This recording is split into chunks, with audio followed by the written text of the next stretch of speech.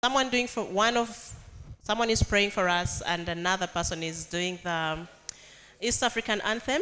So can we have a volunteer to lead us through the Ugandan anthem, please?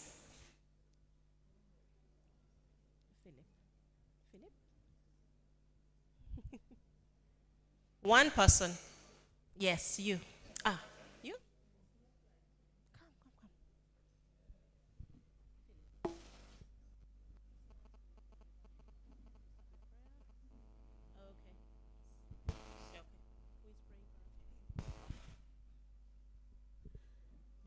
Before we begin, I'd like to offer a short prayer to guide our dialogue. My name is Mustafa Ahmed. I'm a student of IUA. I'm a foundation student currently. I'm going to be doing computer science next semester. Gracious God, guide our words in this dialogue. Help us listen with open hearts, speak with kindness, and seek understanding. May unity and respect shape our conversation. Amen. Good afternoon, everybody. My name is Akwet Deng, and I am from IUEA, doing foundation, and I will be pursuing law. So may we all please stand up for the East African anthem. Thank you.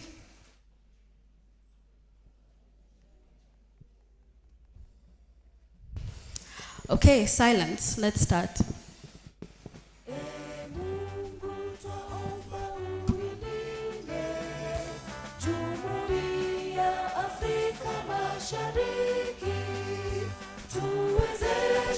Kuishi kwa amani, tutimize na malengo yetu. Jumuiya yetu sote tuilinde, tuwajibike, tuimarike. Umoja wetu ni nguzo yetu, idumu jumuiya yetu. Uzalendo pia mshikamano iwe msingi wa umoja wetu, na tulinde uhuru na amani, mila zetu na desturi zetu. Jumuiya yetu sote tuilinde, tuwajibike, tuimarike. Umoja wetu ni nguzo yetu, idumu jumuiya yetu. Viwandani na hata mashambani, tufanye kazi sote kwa makini, tujitoe kwa hali na mali, tuijenge jumuiya bora. Jumuiya yetu sote tuilinde, tuwajibike, tuimarike. Umoja wetu ni nguzo yetu, idumu jumuiya yetu.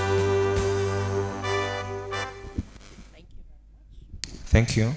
My name is Nyombi Haruna, IUIU Kampala Campus. I'm the Guild Speaker of the Parliament of IUIU, as well as the President Human Rights Association. Let's sing the national anthem. Oh, Uganda,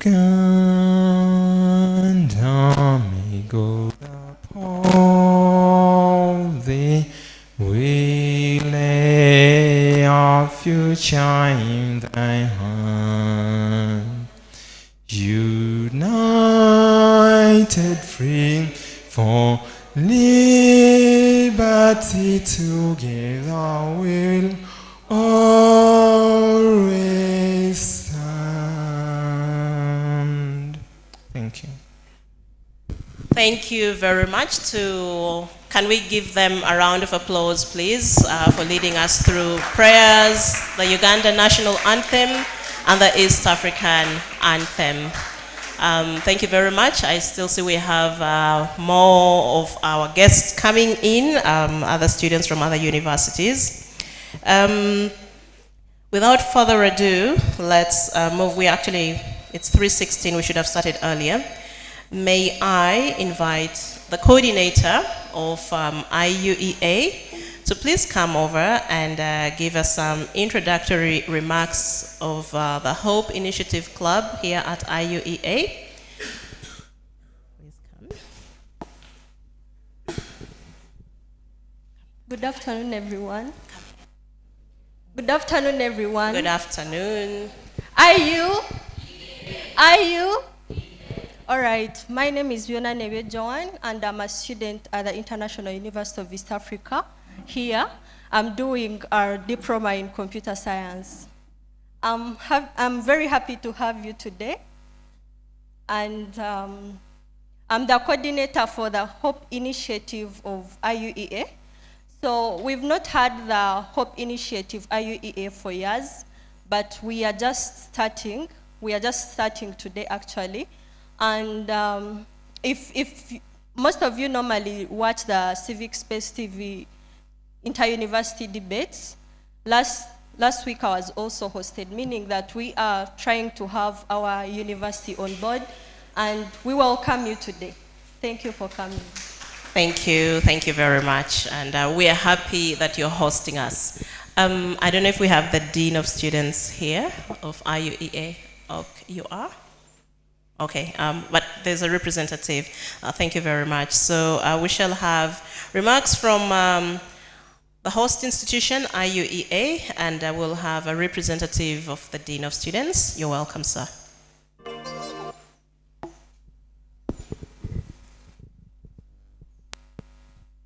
Thank you, everyone. Good afternoon. Are you? These are my own people.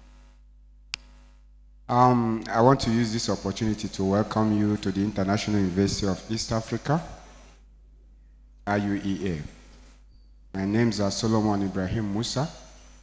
I'm the Guild Minister of Social Affairs and also representing the Guild President here.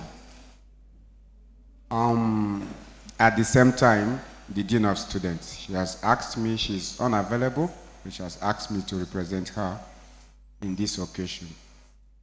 I want to use this opportunity to say that you're welcome to our university, and I believe that this platform is going to give us an opportunity as university students to dialogue and then understand how safe and how peaceful we can be able to go through electionary processes in our universities, in our countries, where we come from, and in Africa in general.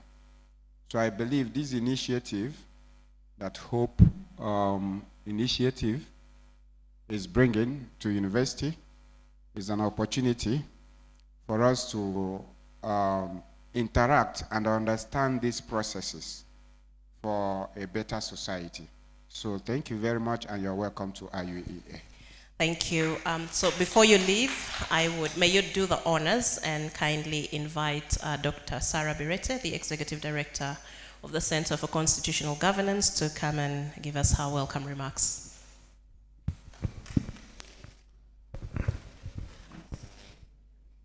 Well, thank you very much, the University of East Africa, for hosting us. University students present from the participating universities, the representative of the Dean of Students,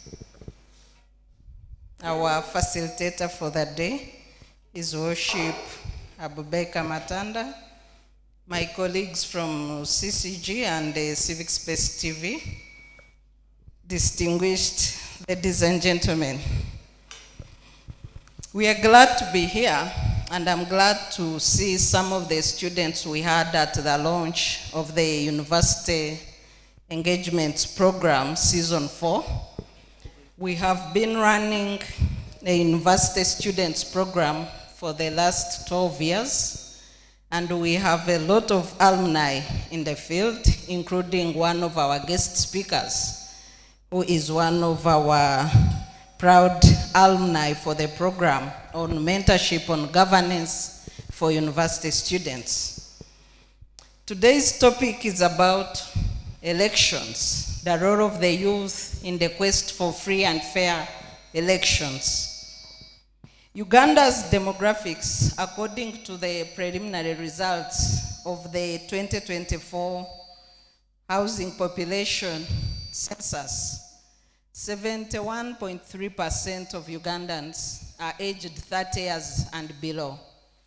In the next elections, starting September next year with the nominations, which is 1 year from today, 80% of the voters are young people, 30 years and below.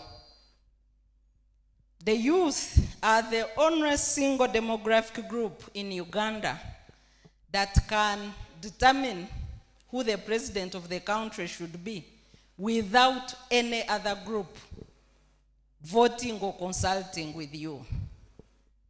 That means that the bulk of governance decisions in this country are determined by you, young people. Whether we have a bad government in place, whether we have a good government in place, even in the last elections, more than 70% of the voters were youth. So if we believe that indeed democracy is the government of the people, for the people, and by the people, then the government elected in Uganda is by youth. Because the age group outside the youth are minority. If you go to the voters register, the president's age group are less than 2% of the voters. So you cannot say that the president and his friends are our problem. They are less than 2%. If you go to my age group, 40 years and above, we are about 11%. But when we come to your age group, the voters are 80%. What kind of conversations are you having about the future of Uganda? What kind of country do you wish to live in? What are your demands as young people?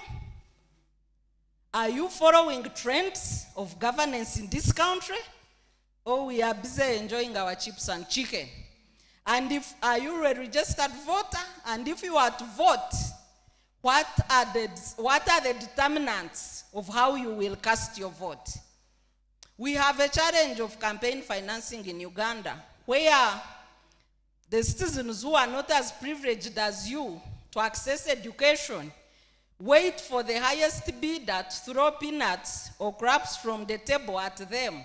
Voters are being bought with 500, 1,000, 2,000 shillings in the villages. Are university youth also going to sell their sovereign rights, like the people who never went to school? Are you going to get engaged to talk to people? We have challenges that are affecting youth, the opportunities in the country.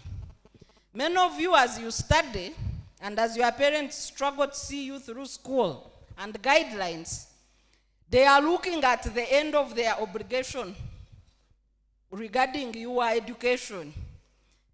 Many parents hope that when students graduate, they can even begin taking care of them, not knowing that you will spend another 5 or 10 years walking the streets with nowhere to stay, nothing to eat, and nobody even take care of you, because the people you're calling today for pocket money, after school, they will not pick your calls. They will be done. So are you looking at life and democracy in terms of your future, as well as the future of your children? Or you are looking at it as a casual decision that you take and then you go back to the streets to gather dust and walk your shoelaces off? Do you follow the political debates in the country? We have a crisis of corruption in Uganda. Some of your age mates participated in the walk to parliament. I've seen some of you. Thank you so much for making your voice being heard.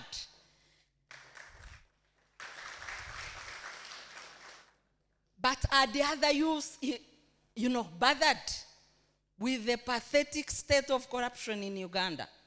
Or you are just merry-go-happy, you don't care what's happening. We are looking at the preparation for elections in the country.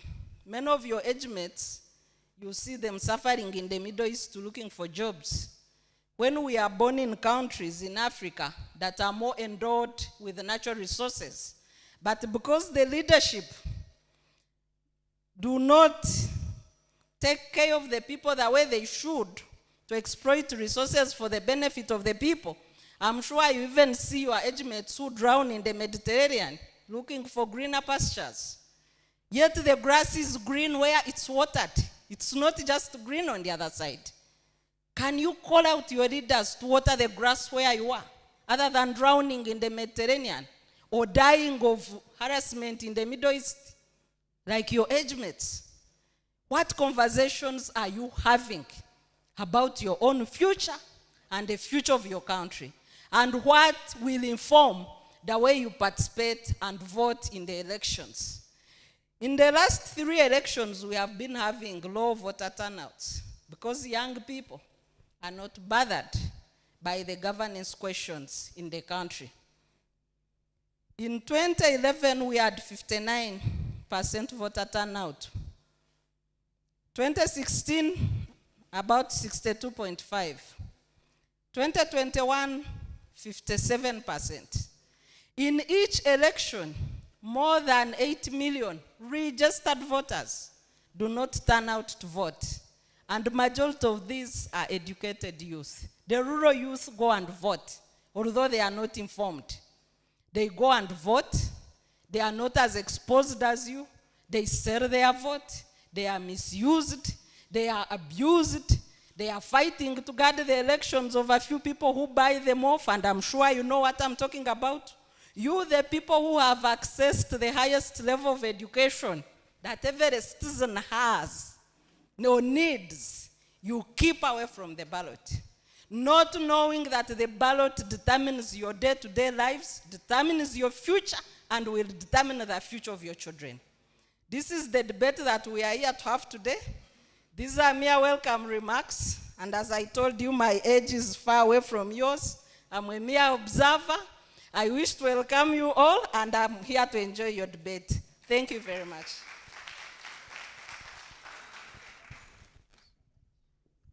Okay.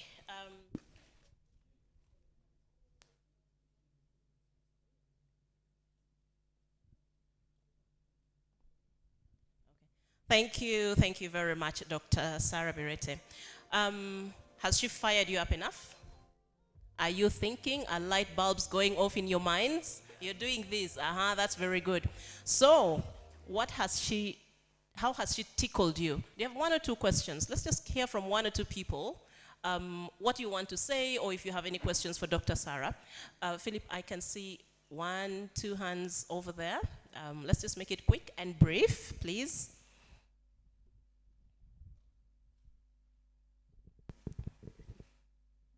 Yes, please. Just tell us who you are and which university, and then you can proceed with your comment or your question. Uchamuzi Haitham, Public Relations Officer, IU Kampala Campus.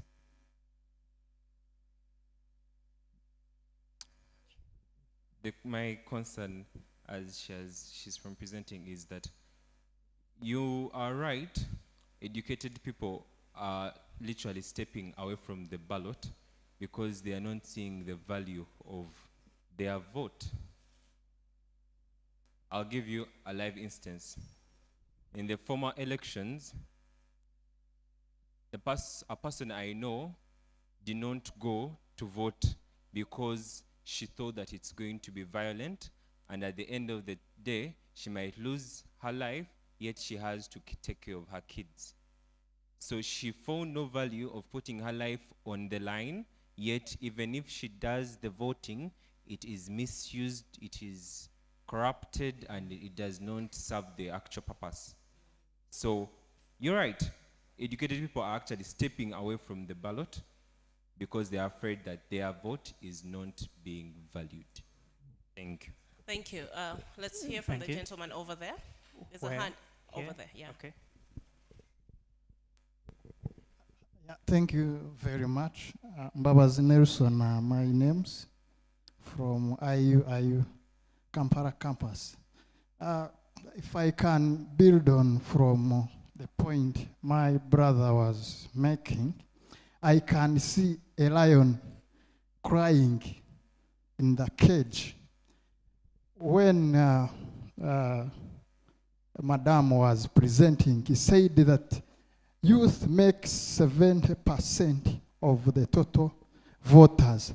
So my concern is, why can't the youth mobilize themselves and make a political party where they can influence the political landscape of this country such that we can make decisions?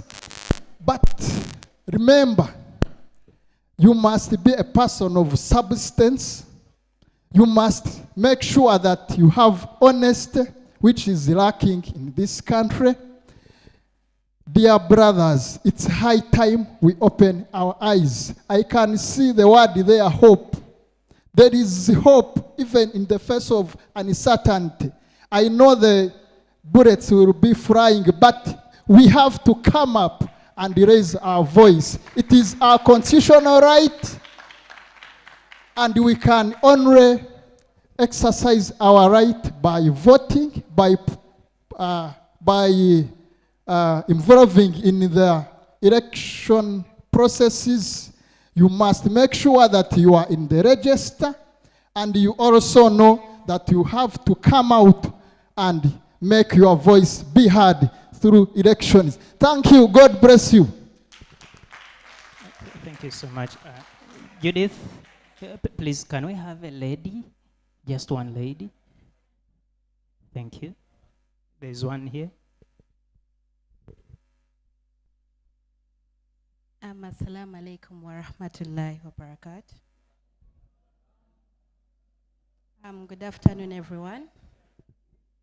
My name is Achola Yasmin Abdul, IUFC, Females Campus, Kaboja. So, Honorable was submitting on the point that the march to Parliament, most of the youth did not take part in it, and a few who took part in it, we all saw the consequences. It wasn't that the youth were not willing to take part in it, but the few who took part in it, they were not violent, they were not doing any kind of, the march was being advertised, the police, the security was aware, but in return, they decided to return violent. So how can you expect me, a youth, maybe I was planning or preparing to go for the march. I'm seeing my friends being arrested. How will I participate in that? A country where constitutionalism is not embraced, but instead it's being oppressed by those people who are putting them in place. So it's not that the youth do not take part in these activities. They would like to, but the government itself is trying to oppress it. Thank you. Thank you so much. I know there are many more hands, but we shall have more of that conversation later as we proceed. Thank you.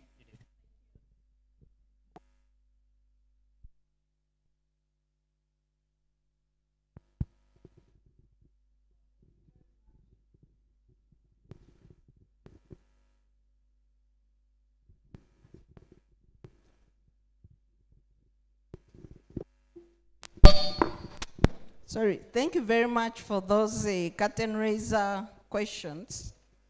If I may start with the first question on a registered voter who could not vote because he or she thought there would be violence, she has a child to take care of, and is it worth it with the vote count?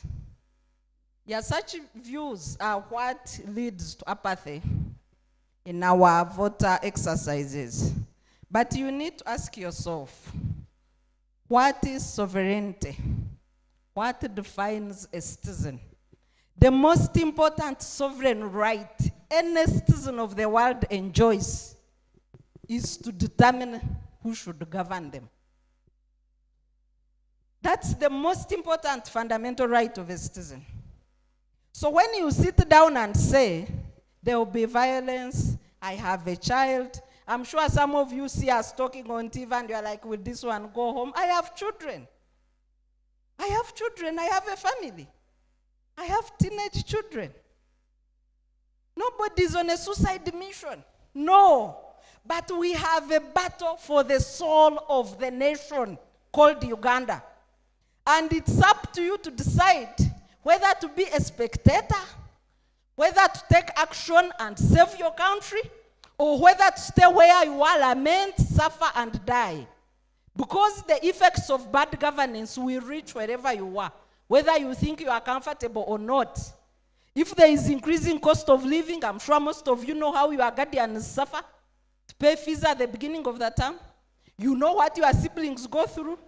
Some of you, you see your land being sold each time when you are coming to school, yet knowing that even when you are studying, you have no future to get a job or even to recover the land your parents are selling.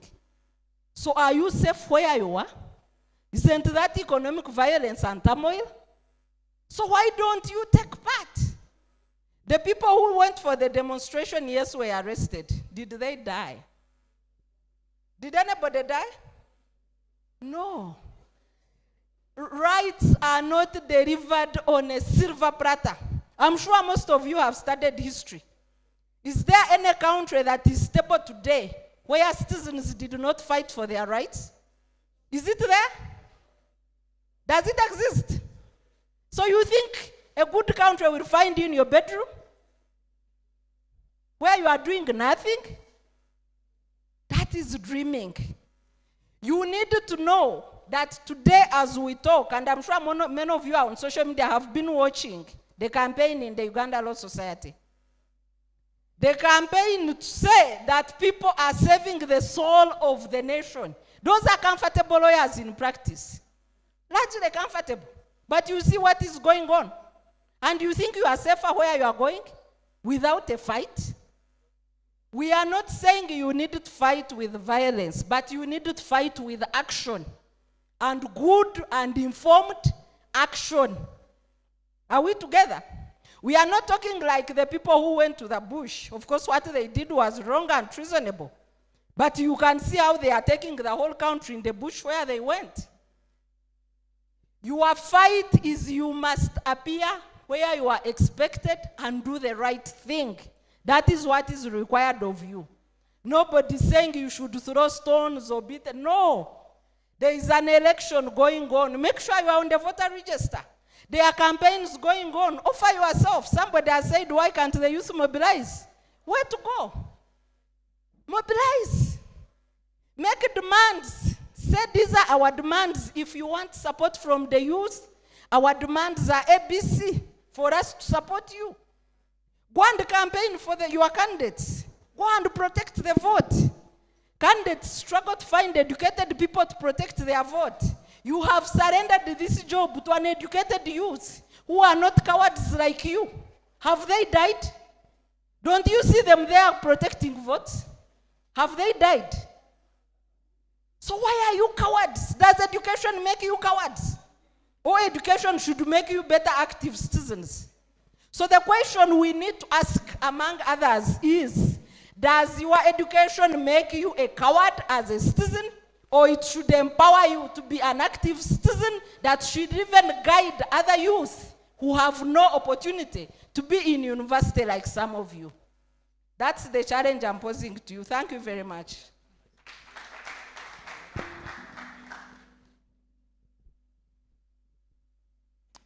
Thank you so much, Dr. Sarah. I think that's energetic enough. Judith, why are you a coward? I am actually not a coward, Philip. I am not but I would like to hear from you. Is there a coward in here? Somebody wants to say something? Why are you a coward? Oh. Yes, we have a coward here. Are you a coward? No. My name is Kituno Moses from UPU. Youth are not coward. Just want to bring it clear. But I want to love the momentum, the power and the strength the doctor has been using there. We all also have that.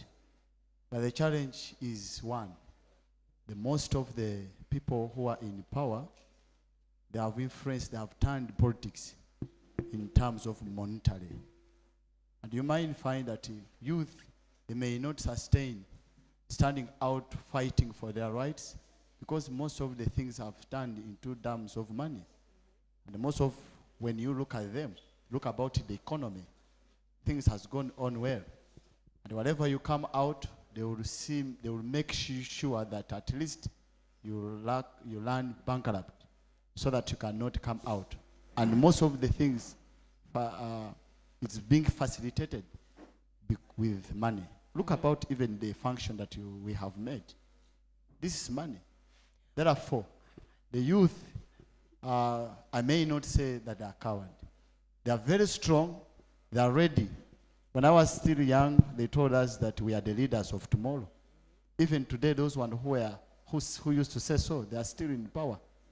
They have not given us that strength, and they are teaching us, they are piling us with fear, and they are keeping us away from money. And they have, even the little we get, they have tried to put more taxes around us to ensure that they keep us poor. And the poor person cannot write. Malcolm said that if you are poor, you cannot come out and fight. That's why I always go out to work. But you also can't be a passive actor in issues that affect you. If you're talking about money, for example, the commercialization of our politics, it is transactional. So if someone comes and throws money at you, because it takes two to tangle, there's a giver and a receiver. Are you willing to receive and compromise your own values because everyone else is receiving, or would you rather engage in other ways of pushing back and fighting back to reclaim your voice and your space? Thank you. I was looking in the side. If you come out to fight, where are you going to fight from? Do we need also to go to become terrorism like them? No. I think Dr. Sarah talked about peaceful engagement. But peaceful engagement needs money. If you come on the ground, on the way, I want to tell you, if you mobilize people from different universities or from different angles, how will you sustain them? We shall talk about, we shall come to that. Thank you so much. We have to move to the next item. Can Do you we hold have a your lady thoughts? coward? And no, we need to move. Okay. We need to move, but guys, we shall come back to you to hear your thoughts. And of course, for you to respond to what he's saying, that you need money for peaceful mobilization. I want you to reflect on that and ask yourselves if indeed you require money to mobilize or you need ideas. Which one is more important? Thank you very much, Dr. Sarah, and thank you to all of you who've contributed so far. May I take the honor? Sarah, I don't know if you could please welcome our facilitator. Oh, I can do so. Thank you. May I now take the pleasure to actually invite our facilitator, His Worship Matanda Abubakar, who is coming to actually talk about safeguarding democratic values, upholding the electoral laws in electoral processes. I would ask us to pay very keen attention, because what he presents here shapes the next conversation that we are having as from you as young people. Thank you very much. Your Worship, you're welcome. The floor is yours.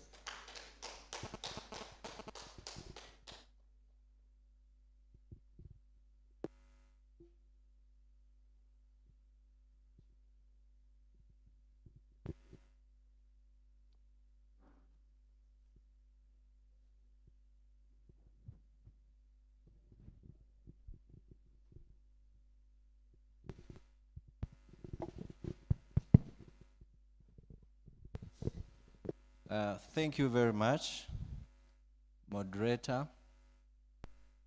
I'm going to utilize the protocol earlier on established by Dr. Sarah and just say, distinguished ladies and gentlemen, good afternoon. I'm happy that we have started off on a very fiery note, and some of the questions you are engaging with, I hope that I'm going to contribute to creating even more questions and contradictions such that we can think. My name is Matanda Abubakar. I'm a lawyer by training, for now serving as a magistrate in the Ugandan judiciary. But before that, As a university student, I was very active in the Hope Initiative Club and the debates. I also had an opportunity to serve as a guild president at the Islamic University in Uganda, as president, Uganda National Students Association. And until I joined the bench and resigned, I was a member of the Uganda National Youth Council, representing the youth of Bududa district.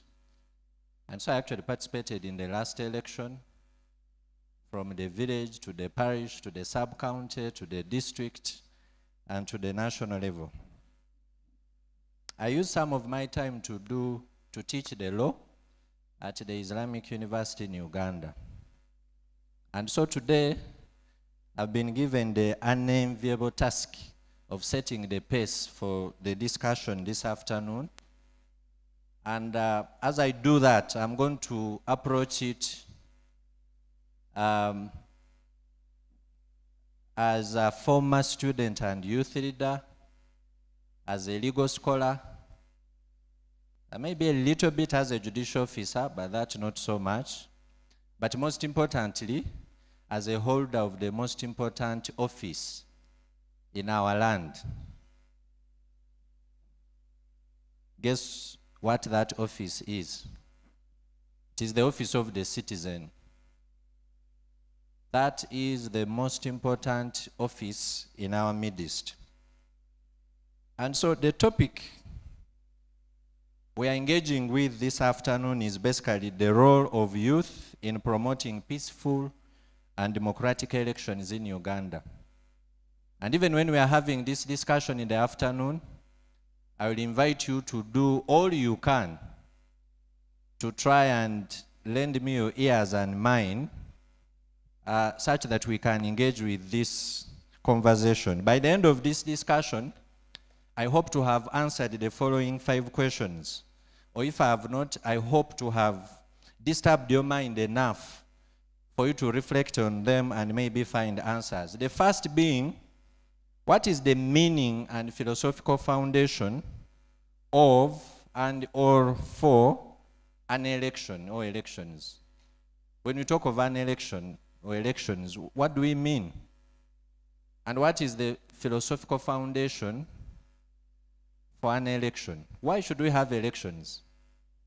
Some people have proposed that maybe we abolish them, waste of money, shedding blood, disorganizing businesses. Why should we have elections?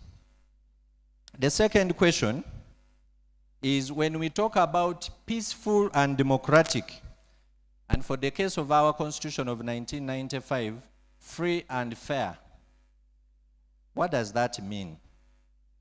What is a free and fair election? Or what is a peaceful and democratic election? Does it exist anywhere in the world? In the whole of human history, is there anywhere where there have ever been a free and fair election? That's question number 2. Number 3, we shall try to engage a little bit with the experience of Uganda with elections. How has Uganda fared with elections? Do you know when we had the first election? How was it? And over time, are we improving or relapsing? What has been Uganda's experience with elections? The second last question is, what are the guarantees or what are the conditions for a free and fair election or a peaceful and democratic election? Some of the questions that have come through have already demonstrated that maybe many of us in this audience are actually as apathetic as the rest of Ugandans out there about the election. Why should I go and vote if the election is rigged? Or if the vote does not count, but the one who counts is what counts? So what are the guarantees? Then when we know the guarantees, we shall then move to the final question, which is in placing, locating where our role is as youth in ensuring that we have those guarantees in our country. So the first question, what is an election? Of course, we all know what an election is. In my paper here, I adopted the Britannica Encyclopedia. I found it to be the simplest way of defining an election. That says an election is the formal process of selecting a person or organization for public office, or of accepting or rejecting a political proposition by voting. A formal process of selecting a person or organization, that could be a political party, for public office, that's on one hand. On the other, or accepting or rejecting a political proposition.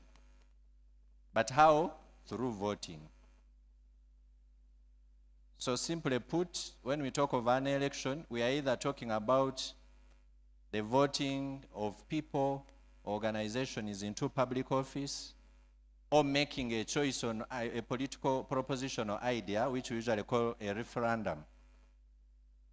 In 2005, Ugandans were asked, should we stay with a no-party movement system, or should we go multi-party?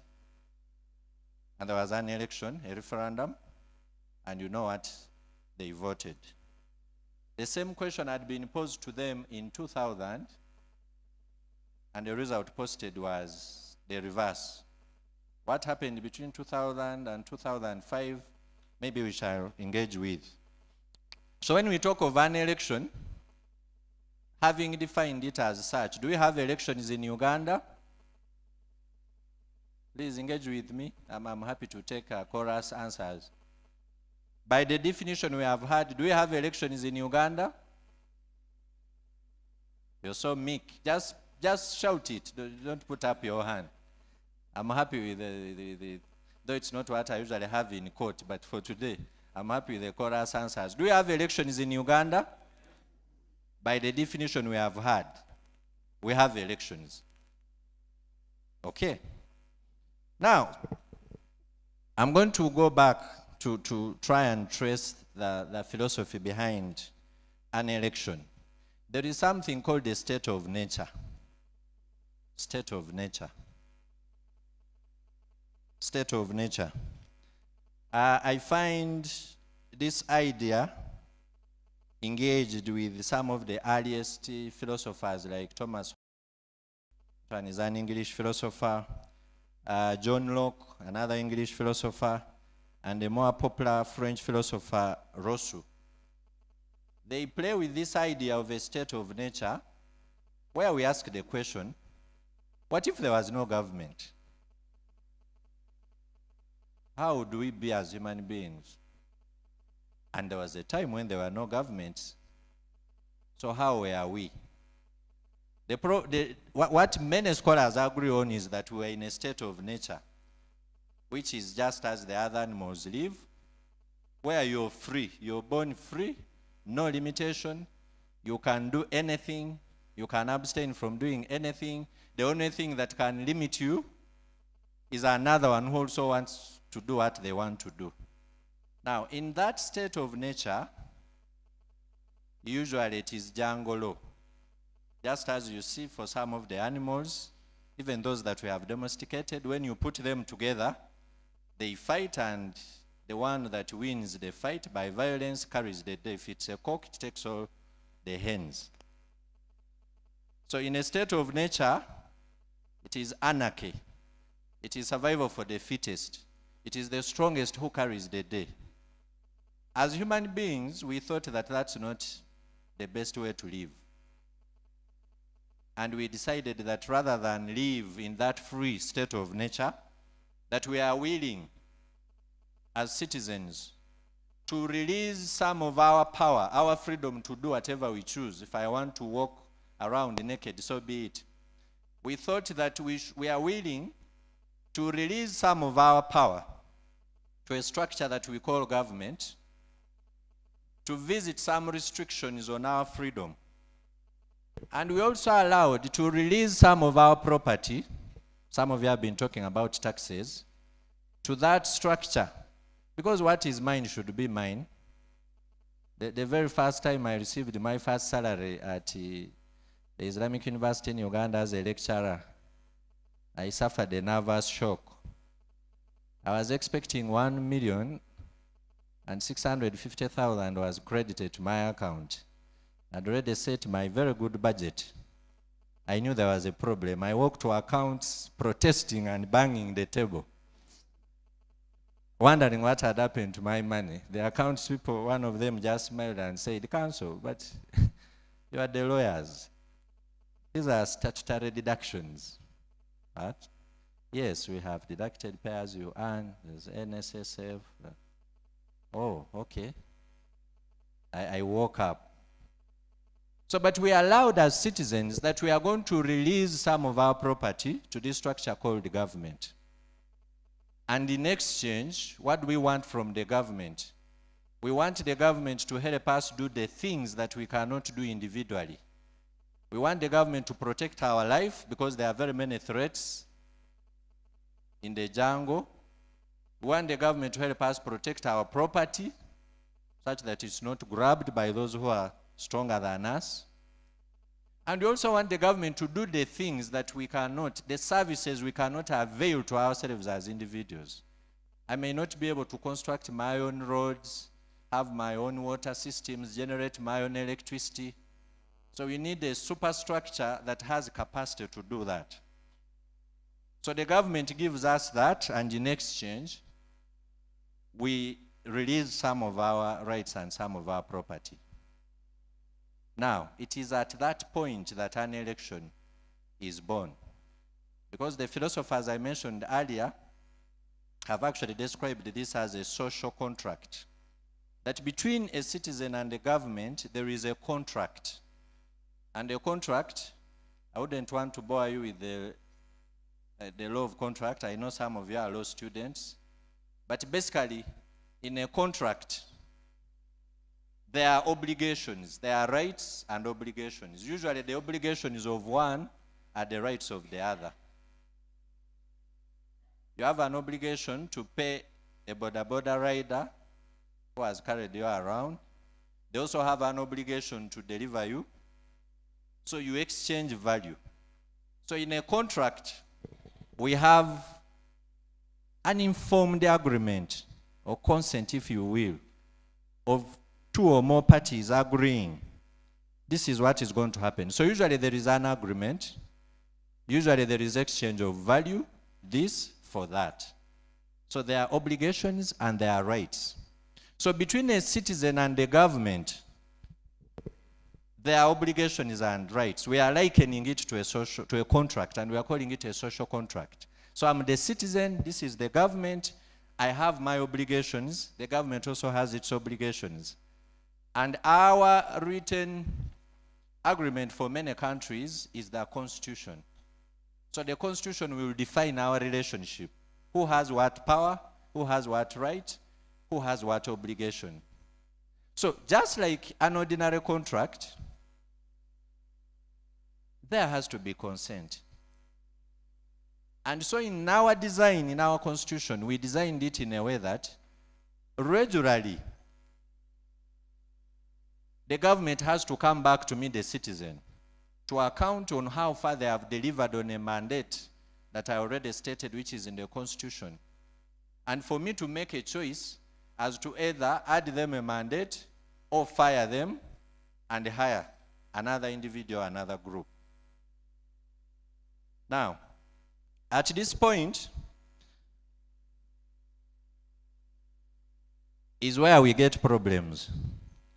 Because before a contract is entered, usually there is negotiation, there is wooing. Many of the adverts you see,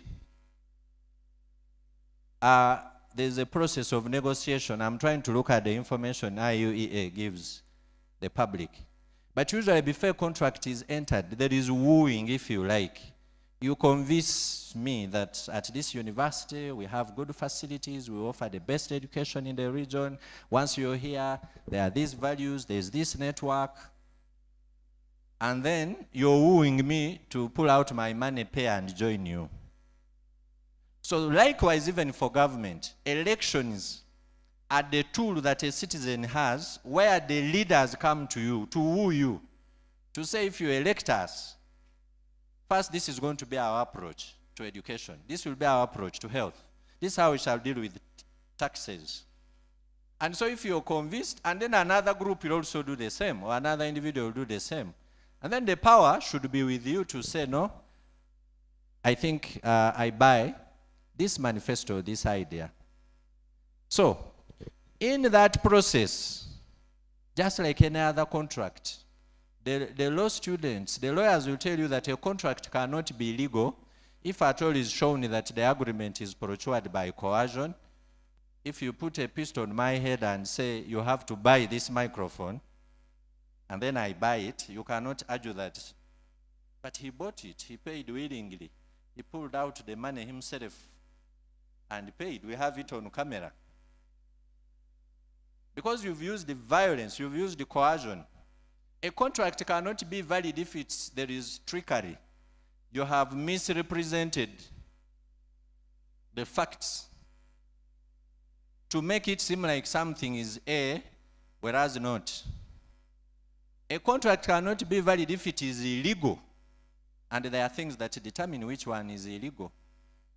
So likewise, for this relationship between a citizen and the government, we want to probe this election and say, okay, you have been elected 5 times. But what has been the quality? So it's not enough to have an election, the formal part of the election. We are also interested in the substance of the election. And now this is where we cross to say that we introduce qualifications, free and fair, peaceful and democratic. Because just an election is not enough. Why? You will agree with me that in most countries, elections are conducted, they form, in most countries in the world. But it is just like a ritual, where the voters do not have a genuine choice, a free, informed consent to choose who they want to choose. In some cases, in some countries that are very shameless, they even ban some groups from contesting completely, or some individuals.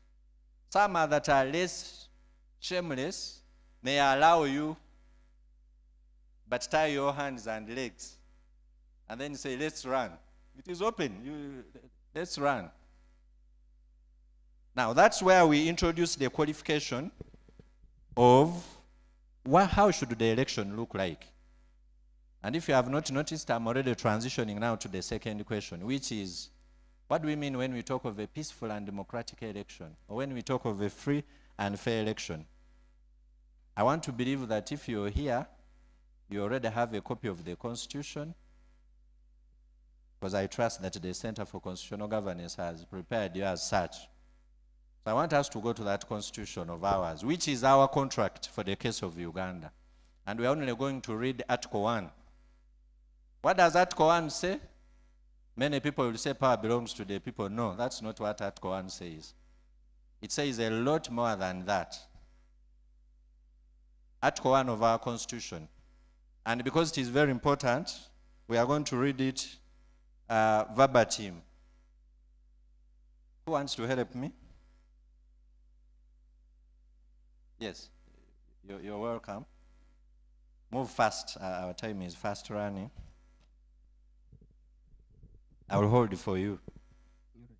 Yes. Article 1 of the Constitution, it is on the sovereignty of the people. Dr. Sarah was talking about sovereignty. Sovereignty of the people. All power belongs to the people, who shall exercise their sovereignty in accordance with the Constitution. So that is the first and the favorite for everyone, where power belongs to the people, but who exercise it through or in accordance with Constitution. the Constitution. But there is more.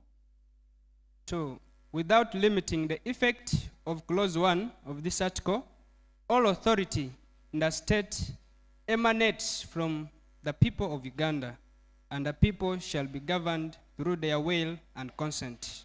All authority, anyone, I'm a magistrate, the authority I have, a police officer, a state attorney, an RDC, the president, the speaker, whoever purports to have some authority over you as a Ugandan. The Constitution is saying that authority emanates. My symbol must have told you what emanating means. Emanates from the people of Uganda. And the people shall be governed through their will and consent.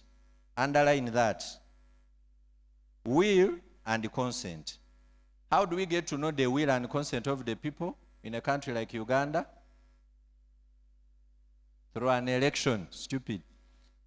Will and consent. We only get to know the will of the people of Uganda and only get to secure their consent through an election.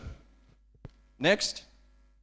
All power and authority of government and its organs derive from this Constitution. Don't get carried away with the stupid. It was just to wake those who are sleeping. Listen to clause 3. Listen, stop murmuring. All power and authority of government and its organs derive from this Constitution, which in turn derives its authority from the people who consent to be governed in accordance with this Constitution. Power, authority of government, organs, all derive from the Constitution. That's where we run to. It's the Constitution that gives us all the mandates that we have. And the limitation is there too. But the Constitution also is deriving it from the people who consent. The word consent appears again. You know, Article 1 is very repetitive. Just, I don't know if the framers thought we are slow, but in case you have doubt, you have not understood, the same thing is repeated in different ways such that you understand. Consent again appears. Finally, and very importantly, if you are sleeping, wake up, listen to this one, and then you can go back. The people shall express their will and consent on who shall govern them and how they should be governed, through regular, free, and fair elections of their representatives or through a referenda. Thank you very much. I would have dropped the mic, but we still have other questions. But 4 is saying, and the most important for my discussion here, that the people shall express their will and consent on who shall govern them and how they should be governed. Who? How? How? Through regular, free, and fair elections. So the topic that was given to me was talking about peaceful and democratic elections, but I decided to substitute that with the standard in the Constitution, which is free and fair. If we have a free and fair election, it leads us to a peaceful and democratic election. But I wanted to engage with this standard which our Constitution has set. So it is not enough for us to have an election. That election has to be regular. It has to be free, and it has to be fair. Regular is important for us as Ugandans because guess what? From 1962, it was up to 1980 when we had an election. How many years are those? I don't know. I just know that there are very many. So from 62, when the colonialists organized the last election under their tenure, it was until 1980 that we had an election. As if that was not enough. From 1980, it was until 1996, 16 years later, that we had an election. So 16 years, and how many are those from 62 to 80? How many when you add 18 and 16? 34. So we have been independent for how many? 62? More than half. People were leading us without any mandate. That's why regular is very critical in the Constitution.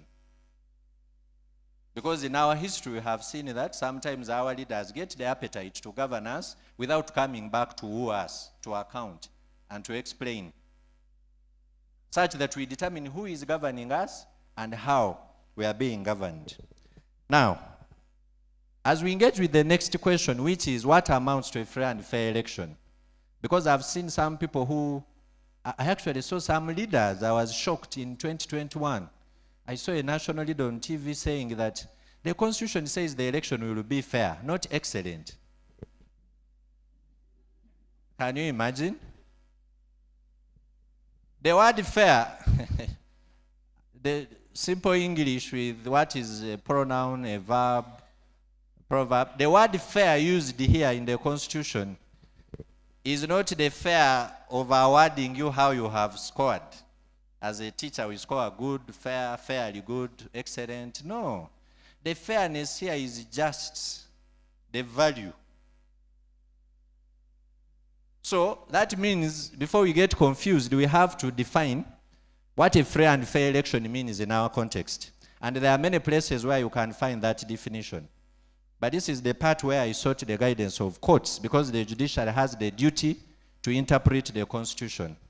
So in almost every electoral petition, free and fair is defined. But I picked out one by Justice Remy Kasule. In the case of Honorable or both Maxons Jacob versus Dr. Otala Emmanuel, this is a Court of Appeal election petition number 38 of 2011.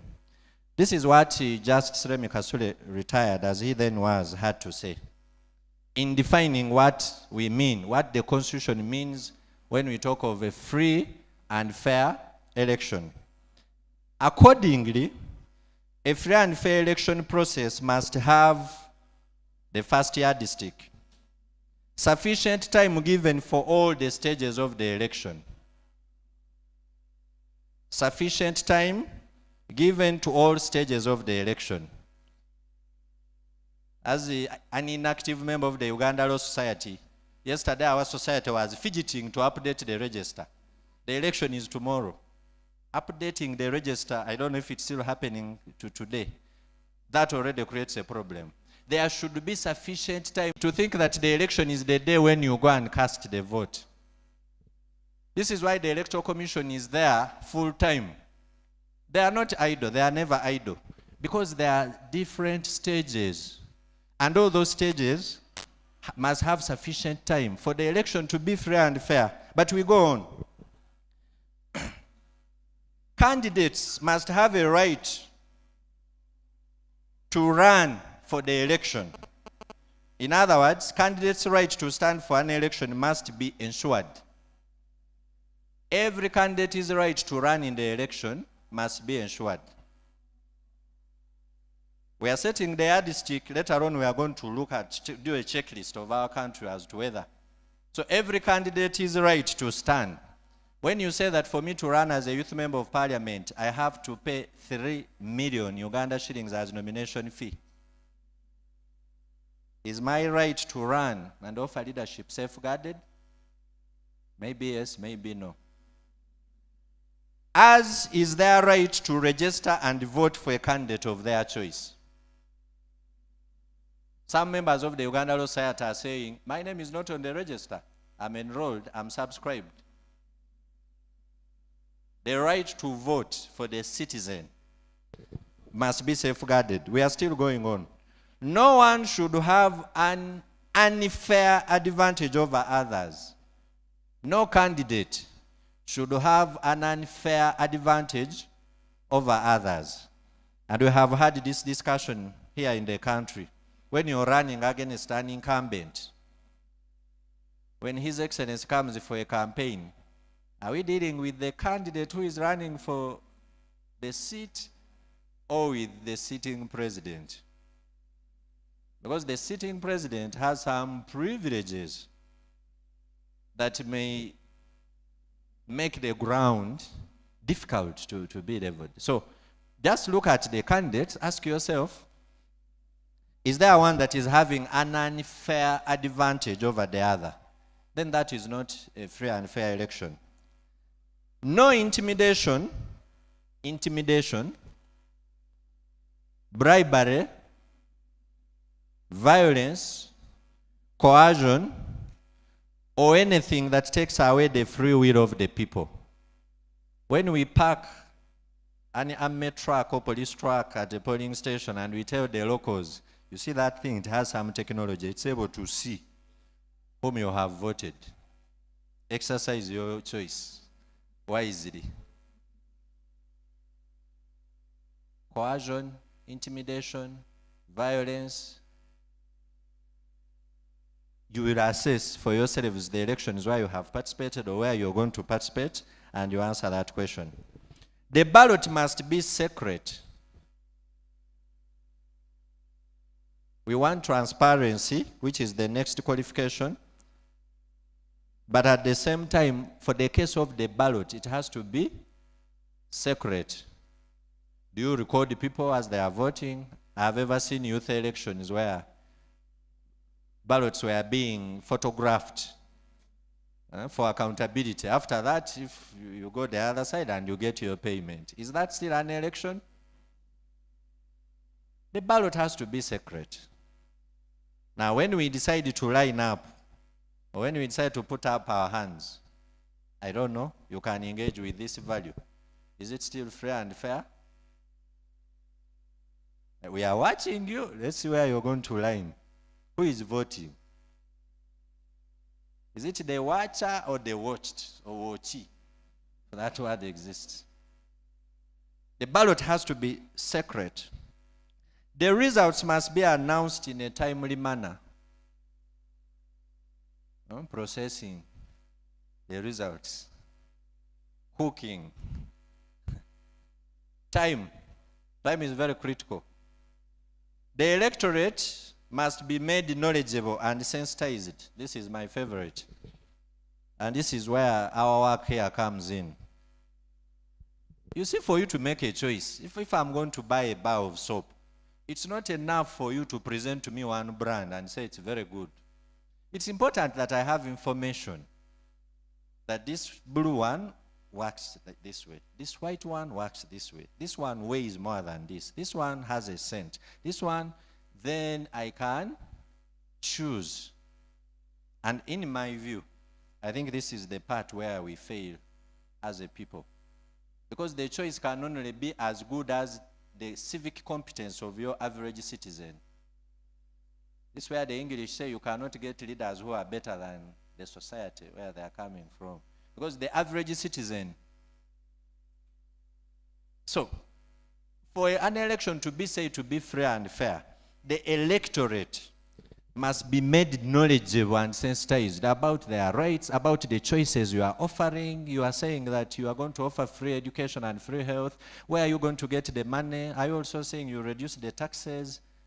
Is that not a contradiction? Can you throw some more light? So this means candidates must have a platform to engage with the people, to consult with the people, such that they get information, not misinformation, not disinformation, but information, such that the choice I make at the end of the day is informed. Short of that, we are dealing with something else, not a free and fair election. Finally, those who commit electoral wrongs must be punished. I have now seen scenarios in our setting here where people rig elections with impunity, and they will even tell you, Genda mukoti. If you're dissatisfied, you go to court. We meet in court. Those who commit our laws, our electoral laws, particularly the Parliamentary Elections Act, create several offenses. Those who commit those offenses have to be prosecuted. If they are not, then don't expect them, or don't expect people to respect the law. So the question is, those who engage in voter bribery, which is an offense, are they prosecuted? When an election is annulled, you remember, I think it was 2017 when the election in Kenya was annulled. I had a friend who said, but to what end? Even if they repeat, they will rig again. So what's the point? No, there is a point. When your election is annulled, and you know for sure that if you engage in electoral malpractice, the election will be annulled, you will behave better. Because you don't want to waste your time. But if you know that regardless of how you behave, you will not be prosecuted, the election will not be annulled, that's where you can stand and say, you, just announce. You leave the rest to me, just announce. Then announce and say, if you are dissatisfied, go to court. Let's meet in court. That impunity. So that ceases to be. So the other tenet for free and fair, that the Court of Appeal, which is the highest court in a parliamentary election petition, is the last court, they don't go to the Supreme Court, is saying that those who commit electoral wrongs must be punished. Now, I know our time has run out, so I want to summarize the next 3 questions. Now, having had those yardsticks, those conditions, we then ask what has been Uganda's experience with elections. We have had about 10 general elections and about 4 referenda. 1958, the colonialists organized the first election. Free and fair, your guess is as good as mine. Buganda protested that election.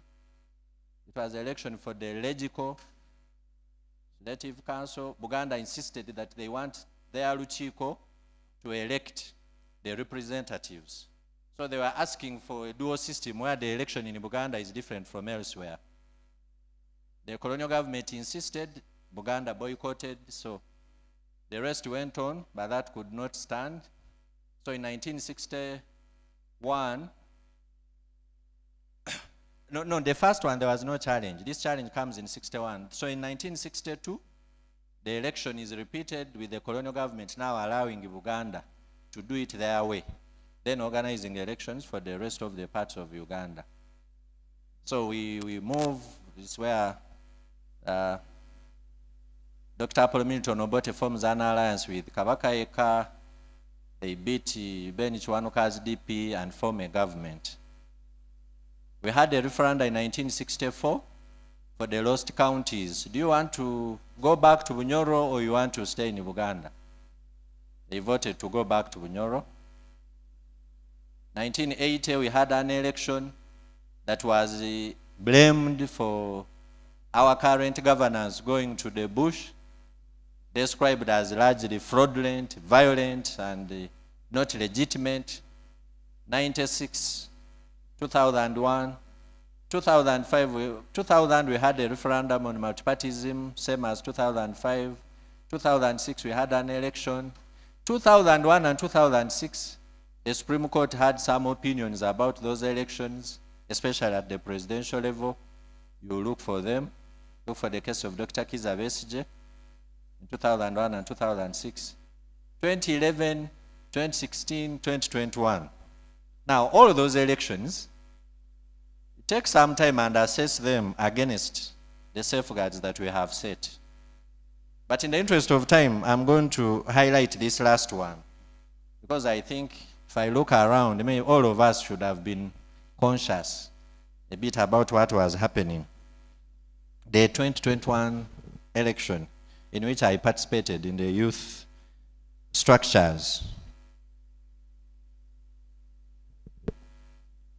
So,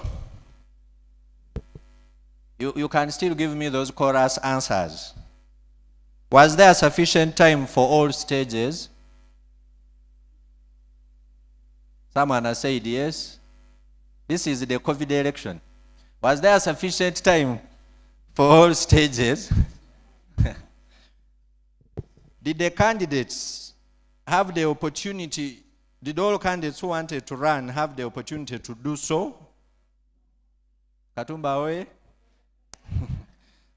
Did the citizens have the right to vote freely and choose candidates of their choice? Was there a level playing field where no candidate had an unfair advantage?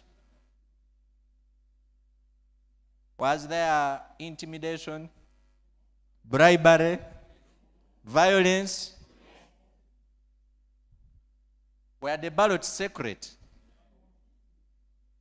Was there voter education? Were those who engaged in electoral malpractices, were they prosecuted and held accountable? I would be curious to know how many convictions we have ever had out of our electoral laws. One of you can do some research in that area. Prosecutions and convictions in magistrates' courts and the High Court over electoral issues. So, of course, some people know, some people, yes. This is a social science question. It is not mathematics. 1 + 1 = 2. People experience it differently. But on the whole, there are some things that stand up. As an advocate in practice, I represented a lady called Hajara, whose son was shot on 18th November 2020 in town. How many people died on that day? Official count 54, unofficial sources more than 100. Should we die when we are choosing leaders? Should a citizen of Uganda die because we are choosing a leader? Violence, food for thought. An election, it's a simple thing, mandate. Convince us, we choose. But is that what happens in practice? Maybe no. So now we go to the last issue. If the answer is no, then what? Dr. Sarah has already given us the statistics. Any way you want to look at it, whether you want to look at the population of Uganda or registered voters, the youth, take the lion's share. We are in one of the youngest countries in the world. That means those of you who belong to that demographic have a role to play. But also, keeping other factors constant, there are higher chances that 40 years from today, you will be here than some other people, some of us. So by implication, you have a greater stake in this country than anyone else. So that means it's important, like Dr. Sarah counseled you, that you pick interest in building a better country. Now, I have some proposals here, but maybe before I make them, some comments on some of the questions that came through. Number one, we step away because it does not make sense. Why should I vote if the vote won't count? What problem have you solved when you step away? None. So there is no choice. Stepping away is not a choice because it does not solve any problem. I don't have very many years on earth, but I've been around for more than 3 decades. And I want to share with you my observation. It appears to me that in the world, there are 2 tendencies. There are forces for good and forces for evil. When things are just left in their natural state, they usually move towards evil. And in the world, there are agents for both sides. And most people gravitate towards evil because it rewards, it is easy. So as a person, you have to make a choice. These 2 sides. Which side are you going to be an agent of? And so when you ask me, was the election free and fair? I don't think that is a wise question. Is there democracy? Is the judiciary independent? Where in the world is it independent? We are human beings. We work with imperfect systems. What exists is a continuous struggle, day in, day out. Some people shooting and pulling towards the side of good, others pulling towards the side of evil. Sometimes we lose, sometimes we win. So we shall not wake up and voila, the judiciary is independent, the legislature is independent, the elections are free and fair. It will never happen. It is a continuous pull and push. So what matters, which side are you playing on? So when you ask about stepping away, your choice. But me, I think I would rather be on the side that is moving towards the ideal of a free and fair election of an accountable leadership. And when we build our number and it becomes what we call a critical mass, things change. Not permanently. At times they will again relapse. But I said, it's a continuous struggle. Secondly, we could have joined those who protested. But you see what happened to them? They were imprisoned. What did you expect? Dr. Sarah has put it to you. Rights are not given on a silver platter. In fact, she asked, did they die?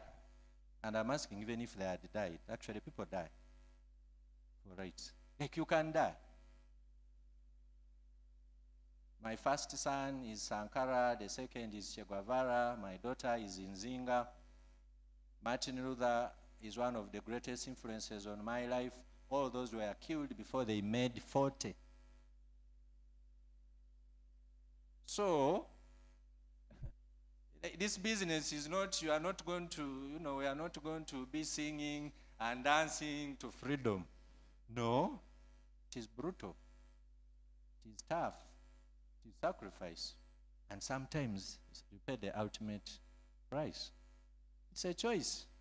We can hide under our beds and say we shall not die. Guess what? We shall die eventually from the machine. Because, like I said, left to its own devices, things gravitate towards evil.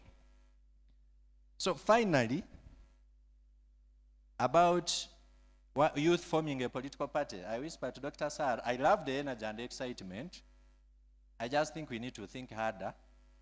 Because myself, even if I was a youth, I wouldn't join a political party whose ideology is just being youth. Youth is transient. In fact, I think it's even a problem for us to be infantilizing ourselves, youth. So what? You travel around the world a little bit and you find 22-year-olds, 23-year-olds, permanent secretaries, ministers, running civil society organizations. What are you talking about being a youth?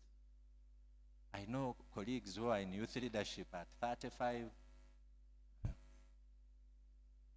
Let's not form a party as youth. There are better things to rally around. It doesn't matter because everyone is a youth now. Last statistic, average age, 16. The country is for children, not even youth. They are the majority. So being young doesn't mean anything. The agenda you're setting is the main issue. So these are my proposals about what we can do. I've already established, we know now what an election is. We know why it has to be fair and fair, which yardsticks we use. The question is, how can we ensure that the Electoral Commission gives sufficient time to all stages, that those who commit offenses are prosecuted, that the results are announced timely, that all candidates and voters exercise their right, that there is no violence. Those yardsticks. So you can go and ask yourself on each of the questions, in my capacity, how can I make sure that those who commit electoral offenses are prosecuted? So for me, I'm just making suggestions, but this question is open to each one of you occupying the most important office, the office of the citizen. So I will say, well, I'm a lawyer by training, I'm an advocate, and so I can prosecute those who commit electoral offenses. Or the problem has been evidence gathering. For me, in this election, the candidates are busy. So what I'm going to do, I'm going to form a team and we gather evidence.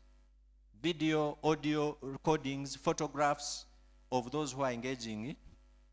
Because I can tell you, one of the things, even me, there's a time I was in an election that was so bad, but at the end of the election, I blamed myself. How could I, a lawyer, because most of the things that had happened, I could not establish them in court. And for some of these electoral issues, the standard is higher than balance of probabilities, though lower than beyond reasonable doubt. So you'll be alleging this person was bribing people here and there. Can you prove it? So candidates are busy during elections. But some of you can form yourselves in two groups or even as an individual. And for you as people are campaigning and doing what? Yours is to gather evidence of what's going on. That's just an example.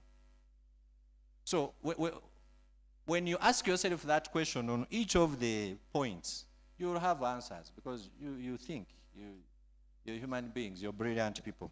So I want to propose the following and close. Number one, I told you, for me, in my view, I think the biggest threat we have is civic incompetence. The average citizen does not know Article 1 of our Constitution. They even think this election, I come from Bududa. In the last election, I was observing how people behave. They don't think they have a stake in the election. They think it's a competition between you elites on who is going to eat, and we could help you if you help us with some of our immediate needs. So in my view, the beginning point is in building our civic competence to raise the value of an average citizen in Uganda, on average. But maybe some of you are very high, others are very low. But how do you make sure the average citizen at least has some basics? And in terms of elections, there we talk about promoting voter education. Article 61(1)(e) of our Constitution charges the Electoral Commission with that mandate. But for many reasons, in their defense, finances, against them, maybe incompetence or lack of willingness, the voter education is very lackluster and wanting. But we can contribute to that effort of voter education. You start with yourself, because I'm sure in this room many of us are as ignorant as my grandfather, or even worse, about these issues.